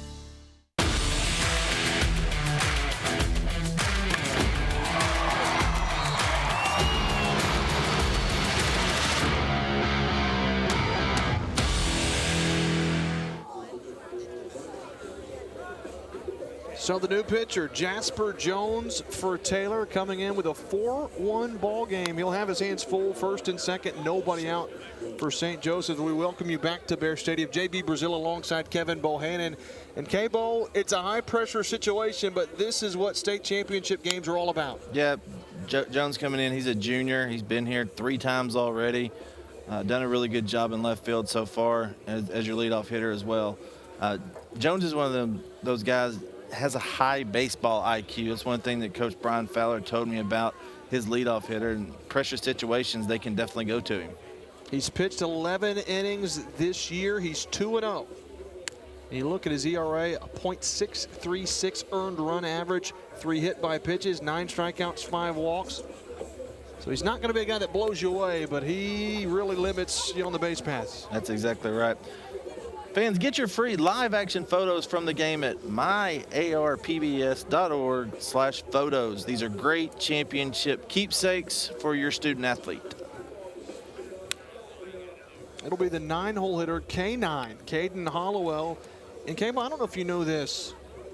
Caden Hollowell is actually a rapper. K9's his little rapper name. K9 is his rap name? Yeah, Coach said he can kind of drop some beats. He's got it going on. And one of those players that you love to have on your team, a good, energy guy, and what do you know, a little rapper on your team as well. So K9 getting to step in. Somebody needs to go check him out. That's exactly right. Good stuff.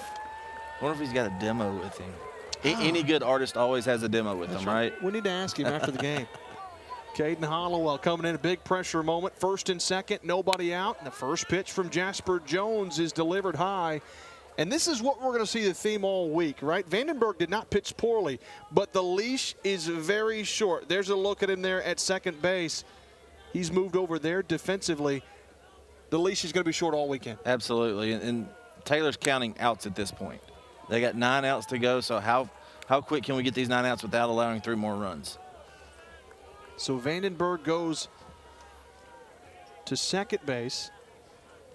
We'll see where they put Fowler as Jones is on the bump. He's struggling to find the zone, misses with the first 3, and he's flirting with putting the bases loaded and nobody out. Yeah, one thing, Jones, he needs to get downhill. He's not really following through. That's why you see everything's been up in the zone so far.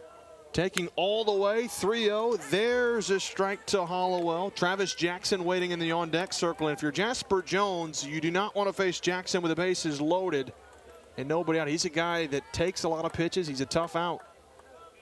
3-1 to Hollowell. K9. Interesting. Attempted to bunt. Yeah. Fouls it off. Interesting 3-1. That may have been a situation to try to distract the pitcher. You never know. I don't know if Coach Davis had put a bunt on right there. You didn't really see it by the reaction of the runner out there. But he's like, hey, maybe Sneak one in right here. Jones. New pitcher, great idea. That's right. Put the pressure on. Jones got to come in here. Hollowell with a payoff pitch, looking to bunt again. He offered at it and struck him out. They throw behind the runner at first, and they doubled him off. Oh, my. Disaster for St. Joseph, and 2 are gone. That you go from runners on first and second and a 3-0 count. Now you got to wave at it right there. So there's your first out on the strikeout. And then you get him at first base. Owen Imboden thought he got it down right there. Tough play right there. Boy, that is really tough. Coach Davis having a conversation. There is replay in the state title game, but K-Bo, not till the 7th. Only in the 7th. Yep. And I'll be honest with you, it happened so quickly, I don't know that he had a great angle on it. It was bang, bang over at first. Yeah, and Imboden, he had taken off, assuming, like, look, he can get it down. And I know the players know that, look, we can challenge. No, you can't challenge the play, guys. You can look at it right here. It looks like he may have got in with his right hand right there. It was just a matter of where the tag was on the shoulder by Humphreys over there at first base. Our camera guys did a great job of getting the best angle they could right there, but nonetheless, there's 2 outs. That's right. No matter how much you want to talk about that, it's going to be to no avail. And I think that's one where Imboden, again, he's trying to be off, but caught too far off. Tip your cap to Anders, the catcher, to realize it and gun him down, throw behind. So it's 2 gone now. Travis Jackson, boy, how quickly the inning can change. And how about that for a pitcher in Jasper Jones, too? You struggle, you get that out, and then a gift to get the runner out at first base. Now there's 2 gone. You're real comfortable. Yeah, that's exactly right. We talk about pitcher's best friend. That was the unorthodox double play right there. That's right. Double plays, pitchers will take them all day long. Jones gets the high strike call to Travis Jackson to even it up at 1-1.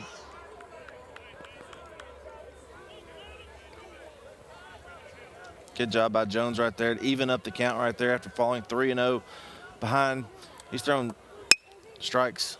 Rips that to the third base side. He tries to touch the bag at third base. There wasn't a force. It won't matter.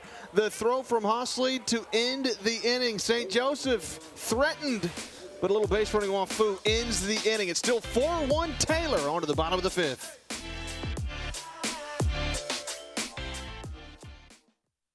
One, two, three. A change is happening. Let the groove take over. Which is perfect. The age of discovery is now. When you hear it, you know what it is.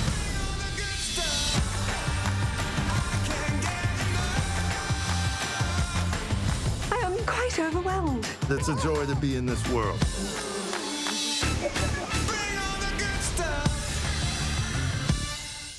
This broadcast is underwritten, in part by Centennial Bank supports communities across Arkansas and is a proud supporter of the Arkansas Activities Association and Arkansas PBS Sports, providing financial services since 1999. Member FDIC, more at my100bank.com.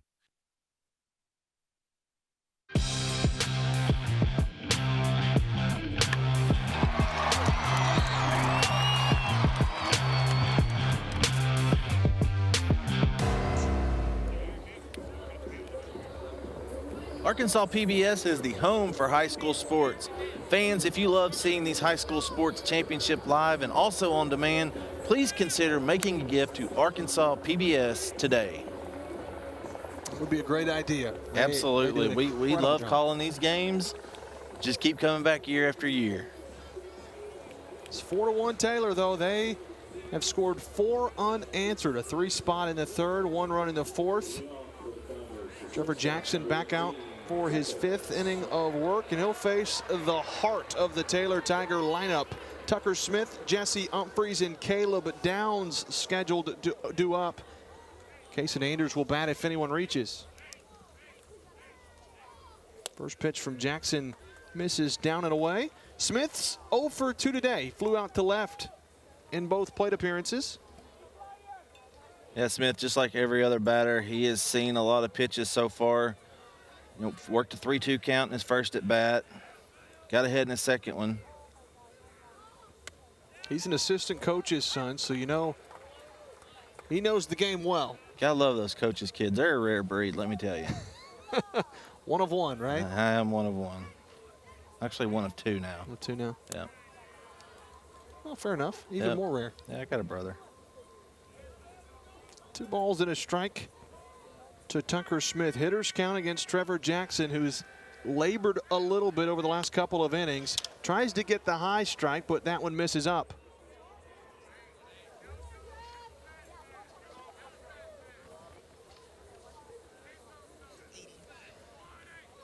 Three balls, 1 strike. That one's ripped to the shortstop. Hit it right to George here. His throw across, it's close, but a nice stretch over at first base from Owen Coney, and that's the first out of the inning. Yeah, George here doing a great job. I love his hands, his footwork at shortstop. The only thing I would say, come get that ball. Don't let that ball wait and get back on you, because they're not hitting the ball really hard right here. You can see on the replay right here, nice fluid motions at shortstop, come up, gunning it across. Great stretch by the first baseman over there. That's what you want to see. Nice 6-3 put out. Jackson up to 81 pitches now. JB, he's starting to get in that, what I call the important time of the game, to where you can really bear down and see what happens. Humphreys' first pitch hunting flies out to center field. Stowball with good range tracks it down. 2 are gone for Jackson. That's just what the doctor ordered for St. Joseph. That's exactly right. He's thrown 4 pitches and got 2 outs in this inning.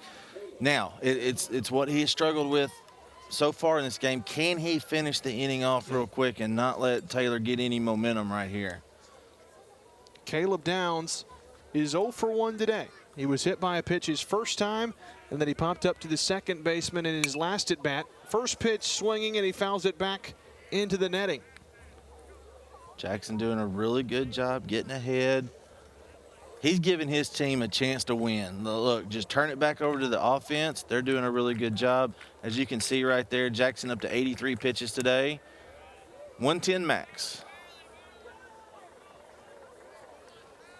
So he's still got a little bit more to go. 27 pitches remaining. Yep. For Jackson. And he gets the fastball strike over the outer portion of the plate. It's 1-2. Yep.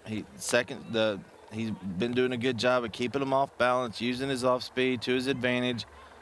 He's got Anders guessing right here. That one's cued off the end of the bat. Downs.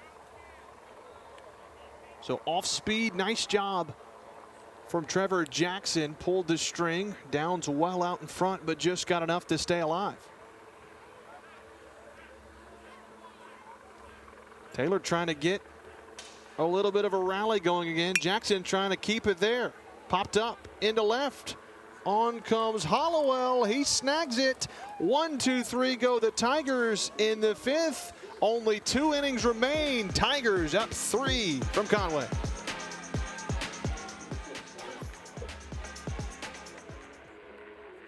This month on Arkansas PBS. When 3 actors vie for a role, The next Agent Jonas Best. one of them dies. This was cold-blooded murder.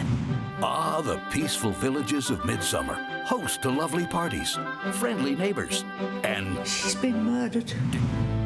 Arnie Langston is your ex-husband? Yes. I'm afraid he's been found dead at the rugby grounds. Only on Arkansas PBS. This broadcast is underwritten, in part by... Summerwood Sports Complex in Bryant features 4 courts across 2 gyms, located off Interstate 30, offering space for tournaments, practices, and training. Proud to support the Arkansas Activities Association and Arkansas PBS. More at summerwoodsports.com.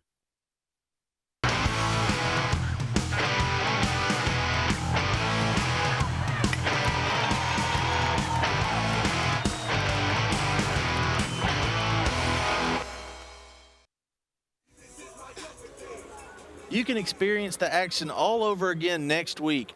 Watch all the championship games on the PBS app at any time at myarpbs.org/watchsports. Well, it's getting late for St. Joseph. They trail 4-1 now in the top of the 6th, and this is likely their best chance to do any damage. George here, who is 2 for 2 today, will lead things off. He's got 2 of the 3 hits today for St. Joseph. 2, 3, and 4 with Jackson to follow, and then Owen Coney. And I'm not saying that you can't in the bottom portion of the lineup, but if you're going to start a rally, this is the one you really want to get it going in. That's exactly right. And St. Joe's had the perfect storm last inning. Just unfortunate series of events, as they would say. So, yeah.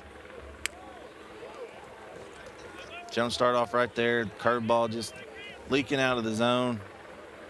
They're being careful with here right here, which I do not blame them one bit. I don't blame them. That's right. There's a strike thrown to here.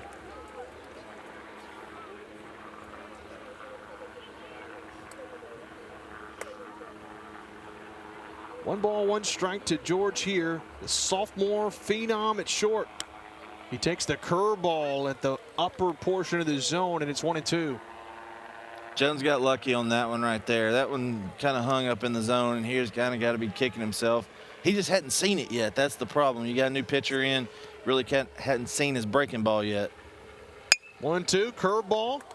Smokes it through the 6-hole. You gotta be kidding me. George here, a 3 for 3 game in the title matchup. He's giving it his all.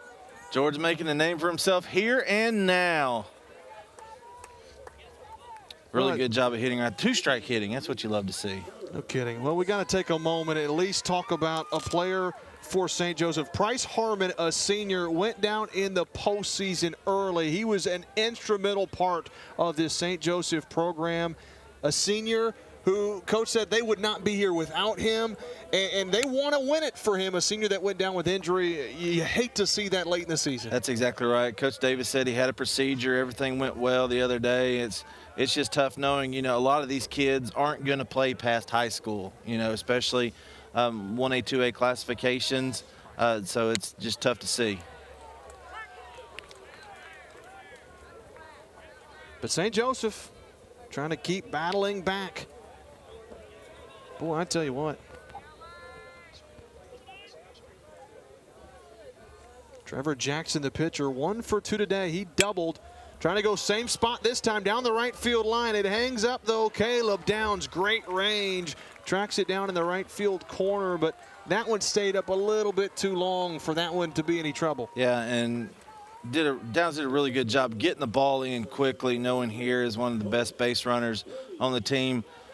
They've done a really good job of shading away Taylor's been throwing outside all day. They've been living on the outer part of the plate, so they're shading opposite of the hitter.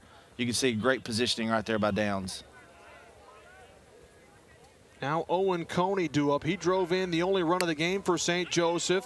George here's trying to swipe second base. He dives, safe, past the bag, has to scamper back with Vandenberg trying to dive and get him. But a stolen base will move him into scoring position, and I think it's going to be paramount for St. Joseph to try to drive him in. Really good job right there by here to get back to the bag. And if the ball would have been delivered on time on the bag, but here did a great job. Good heads-up play. So it's 1 ball, no strike to Owen Coney. That curveball stayed high. Jones released. You knew it was going to stay up. 2-0. I'll tell you one thing I've noticed about Jones. He keeps fluttering his glove. And it technically maybe not coming set right there. Let's see if that comes into play at any point. You're right. He continues to move that glove a little bit. Curveball here, chopped up the middle from Coney. Shortstop's got room, though. Tucker Smith gobbles and throws him out. 2 are gone. It's going to be all up to Patrick Royal if St. Joseph's going to be able to get anything in the 6th. Yeah, Royal 0 for 2 today. First time up, he grounded out to third base. Second time, flight out to the shortstop. So good chance to help himself out right here. I know he's not throwing, but catchers, they're just part of that battery as the pitcher is, and they want to help themselves out any way they can. Patrick Royal, the catcher, 0 for 2 today. Grounded out to third and popped up to short. Boy, I think if you're St. Joseph, it's just huge if you can get at least one right here. Yeah, cut it in half. That's all they want to do. Scratch, get a run across. That gives them a shot in the 7th inning. Jake Rappold waits in the on-deck circle. Trying to reach and poke it was Royal, but he sliced it foul out of play.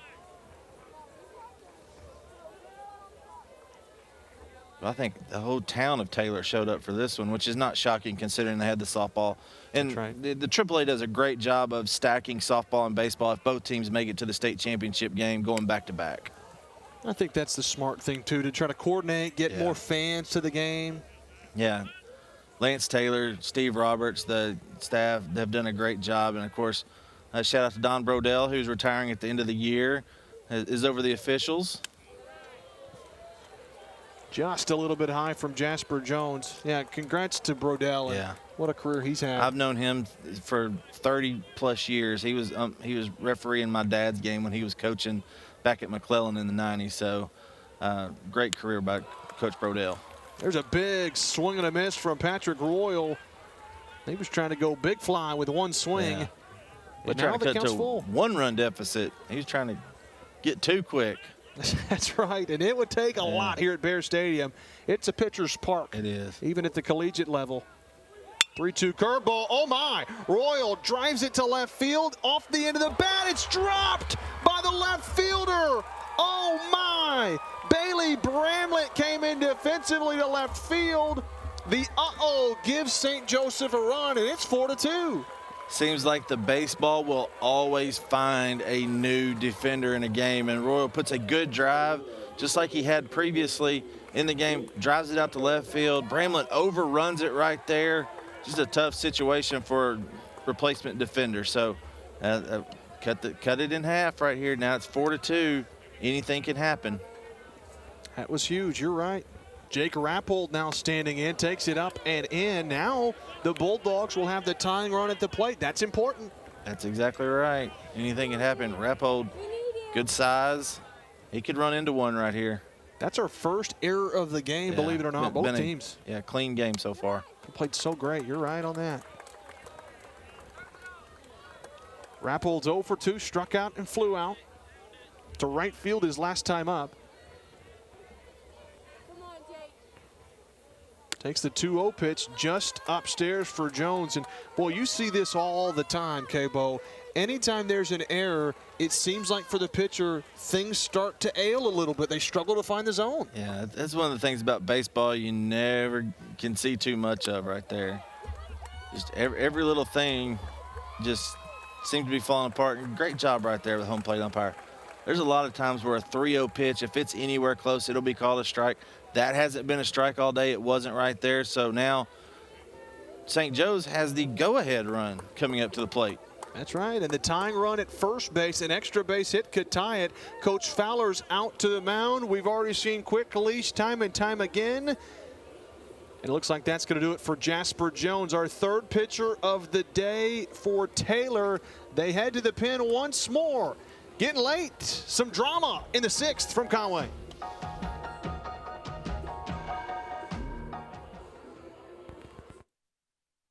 This month in Passport on the PBS app.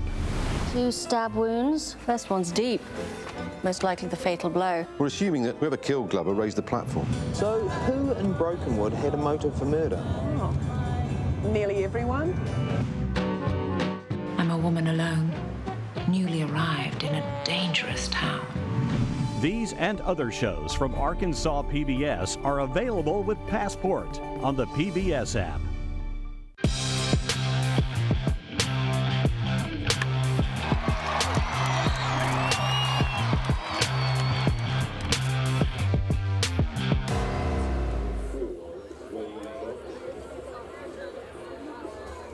Wade Barton will be the new arm called upon by Coach Fowler.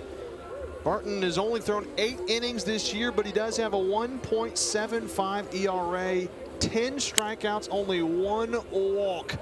And boy, it's all task. There are 2 away in the inning, but there's 2 aboard for St. Joseph after the errors allowed things to spiral a little bit and give Bulldogs a little new life. Yeah, and what you're going to see from Barton right here, he's a strike thrower, as you can see. Only 10 strikeouts, only 1 walk in those 8 innings on the mound this season, only allowed 2 runs.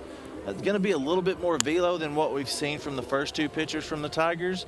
At this point, Coach Fowler's, guys, throw strikes. We've got 4 outs to work with. That's all you got to get. Just get me 4. This is a big spot to put a sophomore to. Wade Barton already had a big hit early in the game, a 2-run double that gave Taylor the lead that they have yet to relinquish. As we move things around defensively, Jasper Jones heads to center field, so Wade Barton was in center. They just swapped places. And it's Xavier Stovall will be due up here in the top of the 6th. 1 run already across. The go-ahead run at the plate, tying run over at first. Stovall flashing to bunt, pulls it back and takes it just high. Yeah, that was probably just to kind of see what we're going to get from the pitcher, which you could tell already you're getting a little bit of more velo than what you've seen out of Jones and Vandenberg so far. You'll see that a lot where guys in 2-out situations show that bunt. Doesn't really mean that they are. Little pickoff move behind a second. Wow, nice job from Tucker Smith to scoop that off the bounce. If that goes into center field, could move runner up. Yeah, you could move both runners up in a scoring position. That's what you definitely don't want. And the thing right here, look, you got 2 outs. Go get the hitter. Get him. We don't need to let this inning go on any further. It's the 8-hole. Go get him. Or 7-hole, excuse me. Stovall taking till he gets his strike. There is one there. 1-1 now the count. The fastball found the zone. Stovall trying to battle. He was 1 for 3 in the semi win against Hillcrest. Trying to come up big here in this state title game. 1-1, fouled back over the netting. These are some big moments for these youngsters. Yeah, and you can tell Barton, the big moment does not faze him right now, and he's going to be one that's, just by watching him right now, he looked good in the field, he's looked good at the plate. He could be one of their stars on the mound in the next couple of years. Wade Barton trying to shut the door. The 1-ball, 2-strike fastball misses up and in. Good take from Stovall, and it's 2-2. This is a big part of this ball game. Barton's trying to limit the damage as Stovall chokes up on the bat a little bit. Runners at first and second. 2-2 from Wade Barton.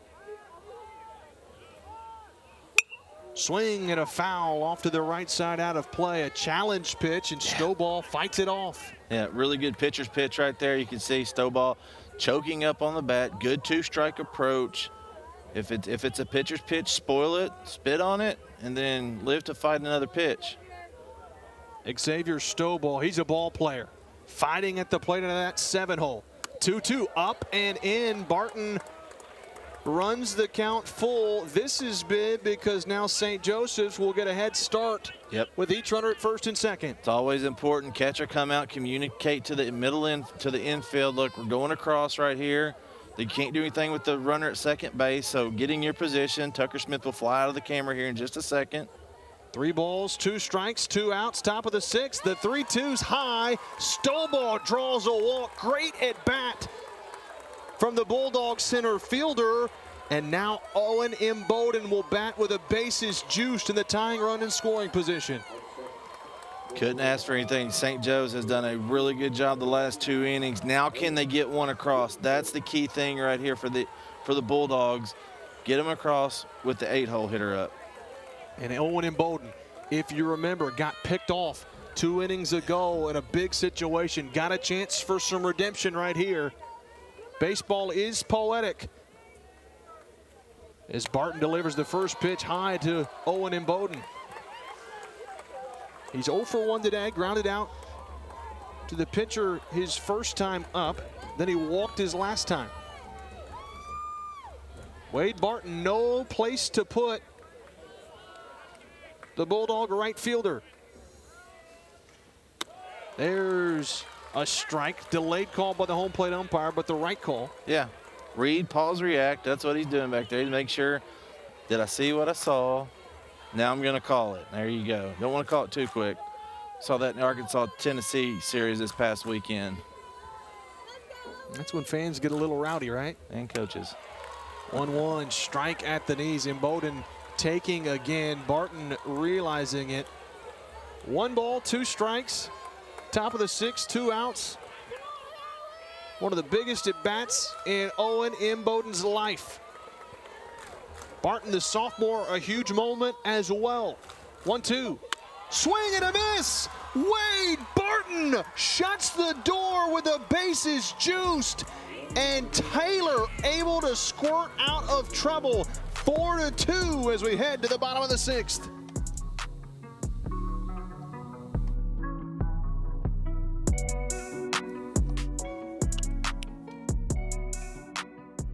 From the lessons that shape our children's futures to the stories that unite our communities, the impact of Arkansas PBS is undeniable.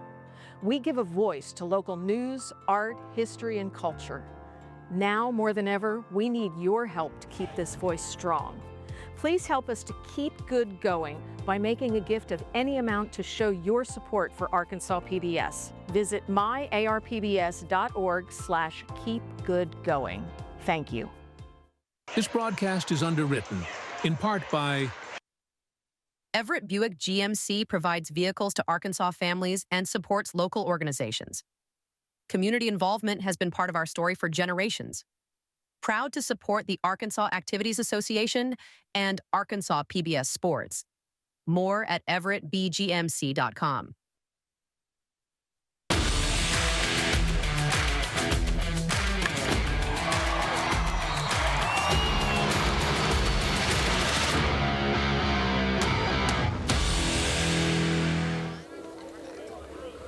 DVD copies of the state championship games are available from M&M Productions. More information at mnmproductions.net. They also do a great job, by the way. Absolutely. Matt, whole crew, these guys have done a great job. High school sports has had a need. You see it right there, mnmproductions.net. They've done a great job. High school sports has needed this, and we're lucky to get to these student athletes get to live out, get their DVD copies, mnmproductions.net. There's a new pitcher on the bump for St. Joseph. It's the shortstop, George Here, who, by the way, has quite literally kept his team in the game with 3-for-3 outing. He'll come in the bottom of the 6th against Taylor, and he will face 6, 7, and 8 Kason Anders to begin, and he starts in with a strike. If you look at the numbers of George here this year, it's crazy. 36 innings pitched, 53 strikeouts, near the tops on the team. He does have a 2.5 ERA, but he's got good numbers as a sophomore. Yeah, he does. Good athletic build. He's going to throw the ball hard. 1-1, smoked foul down the right field line, but out of play by plenty.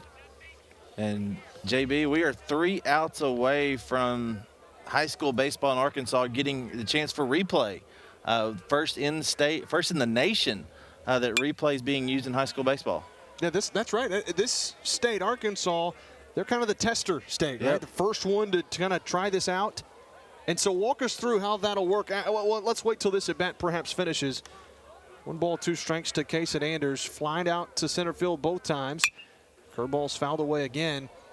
So we'll keep battling at the plate. But there are some stipulations to this review that we'll get. And Cabo will tell us all about it here shortly.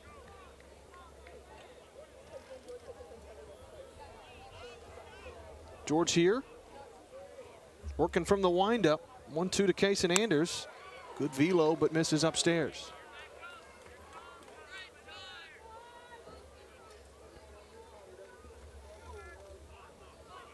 Back to work quickly. Curveball popped up. Who wants it? Second baseman calls everybody off.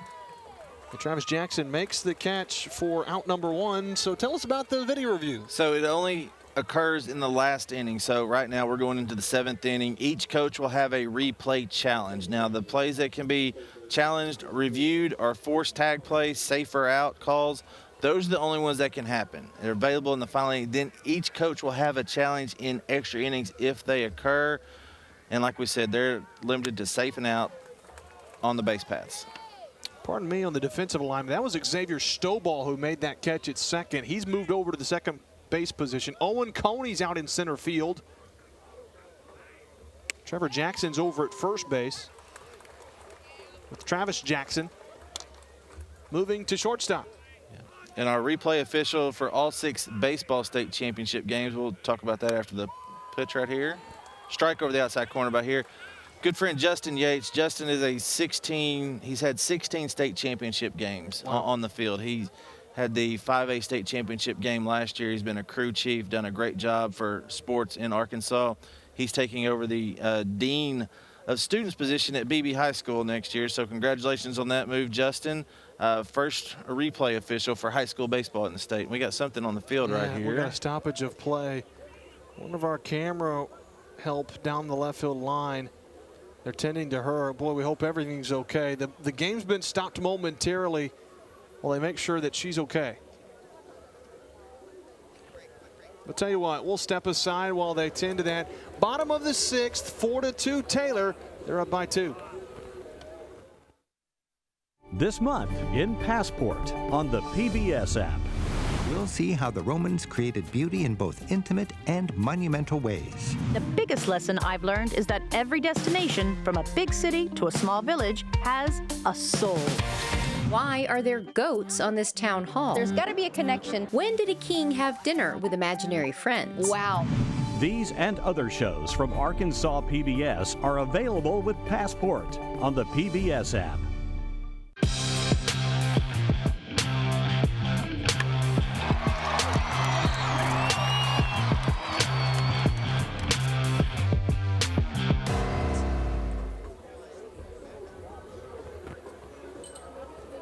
Well, it's 4-2. Taylor's on top by 2, and we have received word. It looks like she's okay. Yeah. Down the left field line, so that's good. We'll get to back to action here soon. But Cabo, this game started with St. Joseph's applying pressure. They got the 1 run, that sacrifice diving catch. We talked about it, how big that could be. That first inning could have been more than 1 run for St. Joseph, but the defense for Taylor's loomed big. Yeah. And it's nothing we haven't seen in the past from Taylor before. The fundamentals are what Coach Fowler teaches. And St. Joe's, they've had 2 big innings in the 5th and 6th where they've had base runners, had the bases loaded last inning with 2 outs. Just haven't gotten the critical hit in the right situations. We've seen that. That's baseball, guys. So had a tough call at first base on that back pick to Imboden in the 5th inning. That's where they had the first 2 runners on. Jones had just come into the game. The count was 3-0. And then you get a strikeout, and then you got the double play. So George here right there. George here had been in a groove to where he was throwing strikes, doing a great job. And we'll see what happens when we come back from the break right here.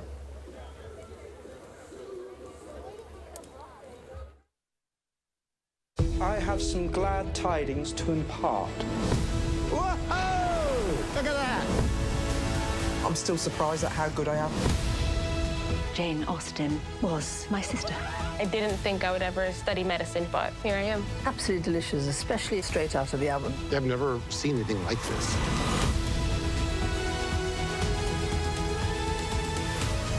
I think we have sufficient cause for celebration.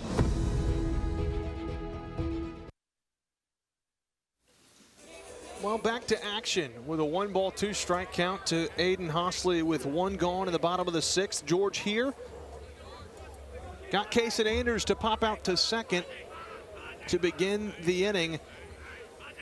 1-2 curveball. That's a dandy. Ring him up. The bender for strike 3, and 2 are gone.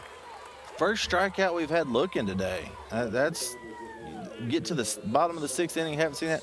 Looked like really good pitch. It looked like kind of looked like a slider right there from here. We haven't seen that any today. With velo, you get a little bit more slider right there. So with 2 gone, Max Montgomery will stand in. If you look ahead to the top of the 7th, St. Joseph's going to need at least 2. It'll be 9-1 and 2 due up. Caden Hollowell, Travis Jackson, George here. Trevor Jackson bats if anyone reaches. Montgomery, the only Taylor Tiger in the lineup, the freshman that wasn't a part of last year's state championship team. That's crazy, isn't it? Yeah. Here filling up the zone. Love to see it. Give your team a chance in the top of the 7th. 2-1 from George here. Fastball at the knees. Strike two. Really good pitcher's pitch right there. On the knees, on the black. Not much Montgomery could do with that. Just tip your hat. Sometimes you just got to tip your hat. The pitcher makes a good pitch. 2 balls, 2 strikes. Fastball ripped foul from Montgomery. Taylor trying to add a little insurance in the inning, but they're 3 outs away from 4 consecutive state titles. That is quite a feat if they can pull it off. It is. I love how the Taylor hitters expand their strike zone. All of them do it the same way. It's great to see.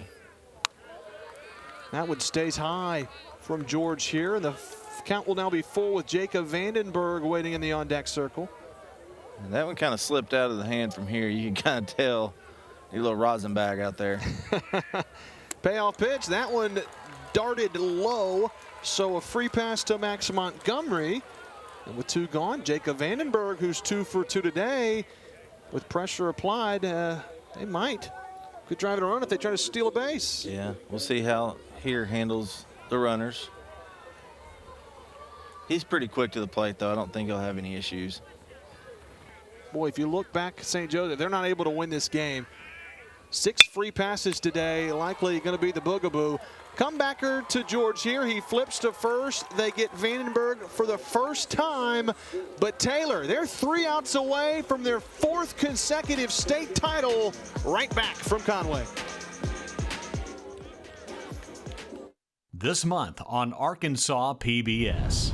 When you see how vulnerable and helpless they are, you wonder how any of them make it. It's okay. You're safe.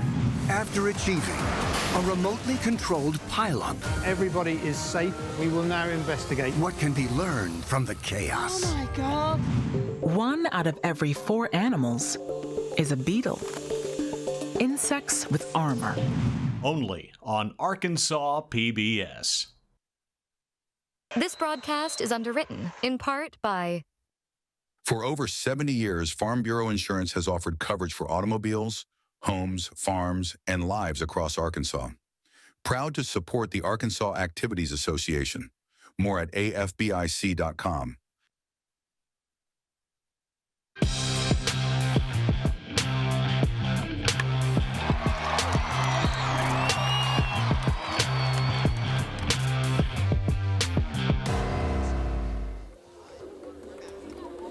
Get your free live action photos from the game at myarpbs.org/photos.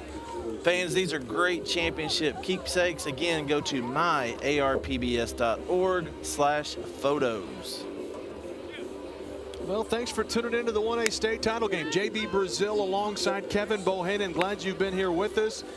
They're going to go to the closer, Taylor, new pitcher to finish out the ball game. It'll be Tucker Smith, who's been shortstop all game long. He comes in to try to nail down the final 3 outs. Smith on the year, thrown 12 innings. He's got a 4.08 ERA, 15 strikeouts, 10 walks. And they'll lean on the veteran, the junior shortstop, to try to close it out. Yeah, you got to think that Coach Fowler's going to have probably a short leash right here. His strikeout to walk ratio is 14-10. That's not the best, but you know, situation like this, go to somebody that's been in a big game situation. Your shortstop is he's the captain of the infield, knows how to run things out there. I think his hair's blue too. He's got blue hair. Did we see he had blue hair there in the back? That's crazy. Right. Taylor fans on their feet, St. Joe's fans on their feet. That's right. Should get a heck of a finish here in the 1A state championship game. It has been a dandy. Caden Hollowell will be the leadoff hitter. St. Joe, they have dealt with injury throughout the year, smaller number. I think they only got 11 guys 11 active, dressed. so it's yep. Next man up mentality has been that all year. 1-0 from Tucker Smith, long delivery, misses high, 2-0. The crowd's getting into it. Could you call that the student section? Yep, that's probably 3 more than their graduating class at St. Joe's. Love seeing the students out there. Overpower again. Smith misses upstairs. St. Joseph needs 1 base runner to bring the tying run to the plate. And they'll have the top of the lineup due up next. The right guys are due in order. Yeah, one thing we've seen from Smith so far in his warm-ups and the first 3 pitches, everything's been up. So make small adjustments right here to get in the zone. Trying to deliver, can't do it, missed upstairs. 4-pitch walk to Caden Hollowell, the 9-hole hitter. And the top of the lineup, Travis Jackson, about to stand in. And there's a conversation with Coach Beck. You imagine it's, Don't get you picked. cannot get picked off. That's exactly right. And also maybe a little bit of, situational. You can't get doubled off on a line drive. You just got to make sure you're out. Your run is important. But most important is the run at the plate. Travis Jackson. Tucker Smith, 4-pitch walk. That's the 4th pitcher of the day for Taylor. There's a strike on the bottom portion of the zone. Good adjustment right there. That's a good pitcher's pitch. That was right at the bottom of the zone. Had a great zone by our home plate umpire today. She's done a great job back there. Travis Jeff Farmer. Jackson's 0 for 3 today. He's lined out, struck out, and grounded out. He grounds this to short. Is it hit hard enough for 2? They'll get the lead out. Relay is well late, but they get the out at second base. 6-4 on the fielder's choice. It's the first out of the inning. And St. Joseph will have George here standing up 3 for 3 today. Got a chance to be a big hero. That's exactly right. Now you really want to see, you got your leadoff guy on first base, so take advantage of what Smith is going to give you. He's kind of like Vandenberg. He's got a little hitch in his giddy up going to home right there. So take advantage of that slow move to the plate. See if he changes it up a little bit. First pitch to George here, misses down and away. And what you're seeing, and you're alluding to this, K-Bo, is the fact that he takes a long time to come home because he kind of stops in his motion. There's a chance you swipe a bag. I think Bulldogs are a little bit cautious, though, perhaps. They as well. are, and I'm running all day on that. I'm putting the green light on the – you get a good jump, go. K-Bo's the aggressive mindset. 1-0 to George here. That one's piped deep to left, but foul. He barrels that one up. A long strike nonetheless for George here. He hit that one hard enough that would have gone out if it would have had the right angle on it. I'm telling you right now, keep your eyes on George here. He's going to be a ball player in the state of Arkansas. Already is one as a sophomore. Bright future for that young man. Travis Jackson's over at first base, reached on a fielder's choice. 1-1 to George here, tries to go opposite field. Foul that time too. Now, if you're St. Joseph, you're just wanting him to straighten it out. Hit it to left, hit it to right, go down the middle. That's right. What he's done all game, 2 of his hits have gone straight up the middle. The other one was through the 6 hole.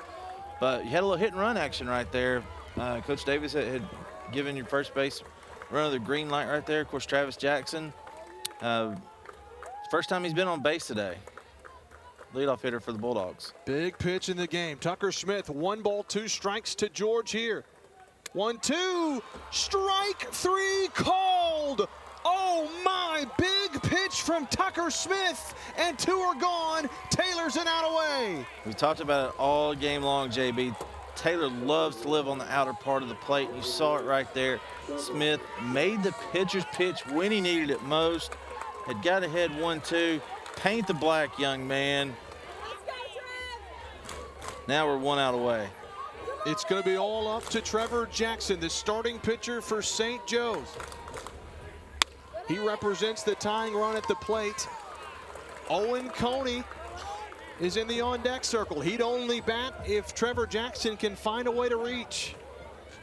Taylor, 1 out away from their 4th consecutive state title, be their 9th in school history. But that last out's always the toughest. Runner's going to go to second. That one airmails. That run by itself doesn't mean anything. Taylor knows it.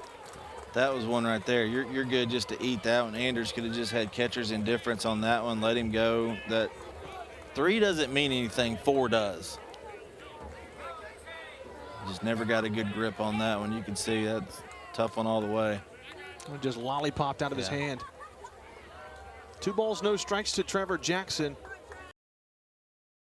How big was that out to get George here in a big moment? Time called by Trevor Jackson. It's awarded by our home plate umpire, Jeff Farmer. Good job by Jackson. He's up 2, right? Because he can afford to take a pitch. Had a double already today. Then the first inning, drove that run in. Had that down the right field line. Put runners at second and third. You're right. Gave them that first run. 2-0s upstairs to Trevor Jackson. So Tucker Smith with first base open. You don't want to put the tying run aboard. Yeah, and honestly, if I'm Taylor right here, I like my chances against Coney than I do against Jackson. You got a base open right here, even though it is the tying run. You just got to be careful. 3 balls, no strikes, up and in. St. Joseph not done yet. First and second, 2 gone. Tying runs over at first base. The go-ahead run will come to the plate in the form of Owen Coney. They've got a good scouting report on Coney. He's been more of a slap hitter, so if you get it in on him, you're likely to jam him a little bit. He's going to like to use the left side of the field. He's more of a slap hitter, not really a big pull guy. So what you want from your infield right now, play big. Play big. You got to force it any bag right here, so play big. Owen Coney drove in the game's first run with a line drive sacrifice fly to left. Tucker Smith starts him off with a fastball strike over the outer half, and it's 0-1. Yeah, good pitch on the outer third right there. That caught the black. Good job of the catcher. Anders keeping it in the zone. Quiet glove back there. That glove side from a righty is tough because it can take you out of the zone with a left-handed batter. Tucker Smith trying to nail things down for the Tigers. That one gets away. Oh boy, both runners going to move up into scoring position. And now the Bulldogs with a base hit to the outfield could tie this thing up. That's exactly right. Now things tighten up a little bit. Man, it is getting dicey. Pitcher and hitter, you can imagine the nerves got to be settling in a little bit. Yeah, you go from a force at any bag, now you got to go all the way across, so anything can happen at this point. Huge pitch here in the top of the 7th. Taylor's an out away. Tying runs at second base, and that one misses up and away to Owen Coney. Patrick Royal, who's hit the ball well, is in the on-deck circle. He'd only bat if Coney can reach.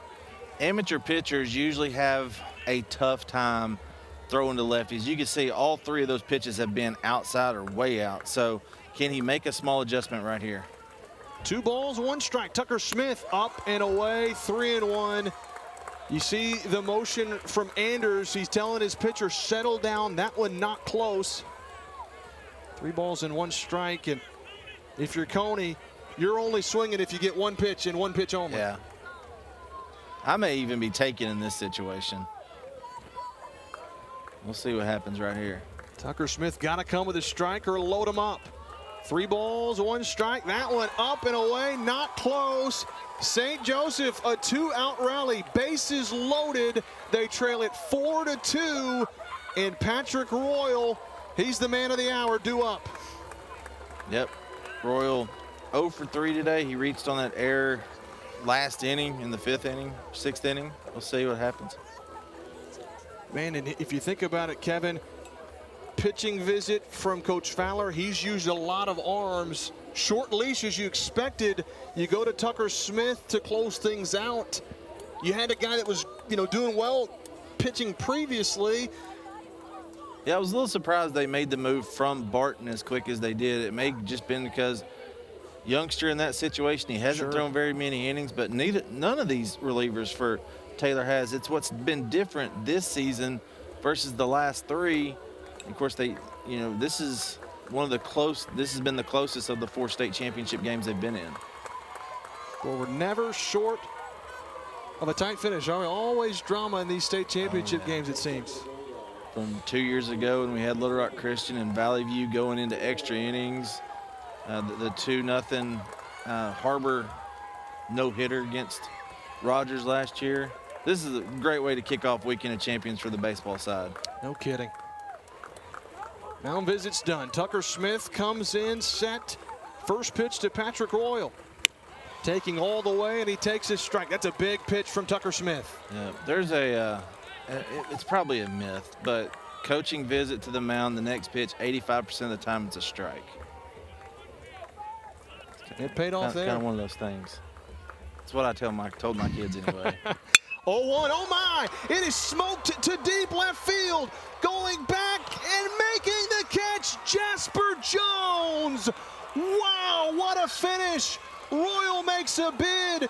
Jones with a heck of a catch. And Taylor for the 4th straight time. They're the 1A champs. 4th straight state championship for the Taylor Tigers. They become the 3rd team in Arkansas high school sports history to win 4 straight state championships. What a finish. The blue hair, the blue hats, the Tigers having a good time. The dog pile, and they're on top of the 1A world for the 4th consecutive time, 9th time in school history. We'll step aside from Conway. A 4-2 finish for the Tigers. Trophy presentation coming up after this.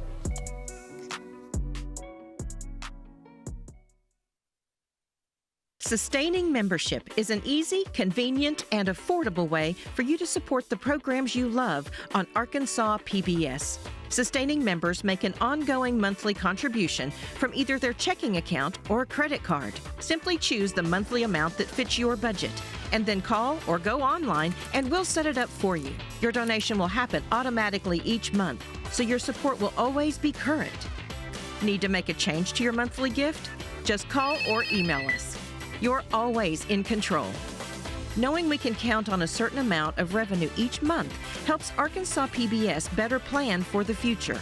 Call or go online to start your sustaining membership right now. This broadcast is underwritten, in part by Summerwood Sports Complex in Bryant features 4 courts across 2 gyms, located off Interstate 30, offering space for tournaments, practices, and training. Proud to support the Arkansas Activities Association and Arkansas PBS. More at summerwoodsports.com. It's primetime on your time. Get more of your primetime favorites each weekday starting at 1:30 following our PBS Kids programs. Catch up on all the programs you love, including Exploring Arkansas, Nature, Antiques Roadshow, Arkansas Week, British Favorites, Mysteries, and more, beginning at 1:30 p.m. Monday through Friday. See the full schedule and all the ways to watch at myarkansaspbs.org/watch. This broadcast is underwritten, in part by Everett Buick GMC provides vehicles to Arkansas families and supports local organizations. Community involvement has been part of our story for generations. Proud to support the Arkansas Activities Association and Arkansas PBS Sports. More at everettbgmc.com. From the lessons that shape our children's futures to the stories that unite our communities, the impact of Arkansas PBS is undeniable. We give a voice to local news, art, history, and culture. Now more than ever, we need your help to keep this voice strong. Please help us to keep good going by making a gift of any amount to show your support for Arkansas PBS. Visit myarpbs.org/keepgoodgoing. Thank you. This broadcast is underwritten in part by... For over 70 years, Farm Bureau Insurance has offered coverage for automobiles, homes, farms, and lives across Arkansas. Proud to support the Arkansas Activities Association. More at afbic.com.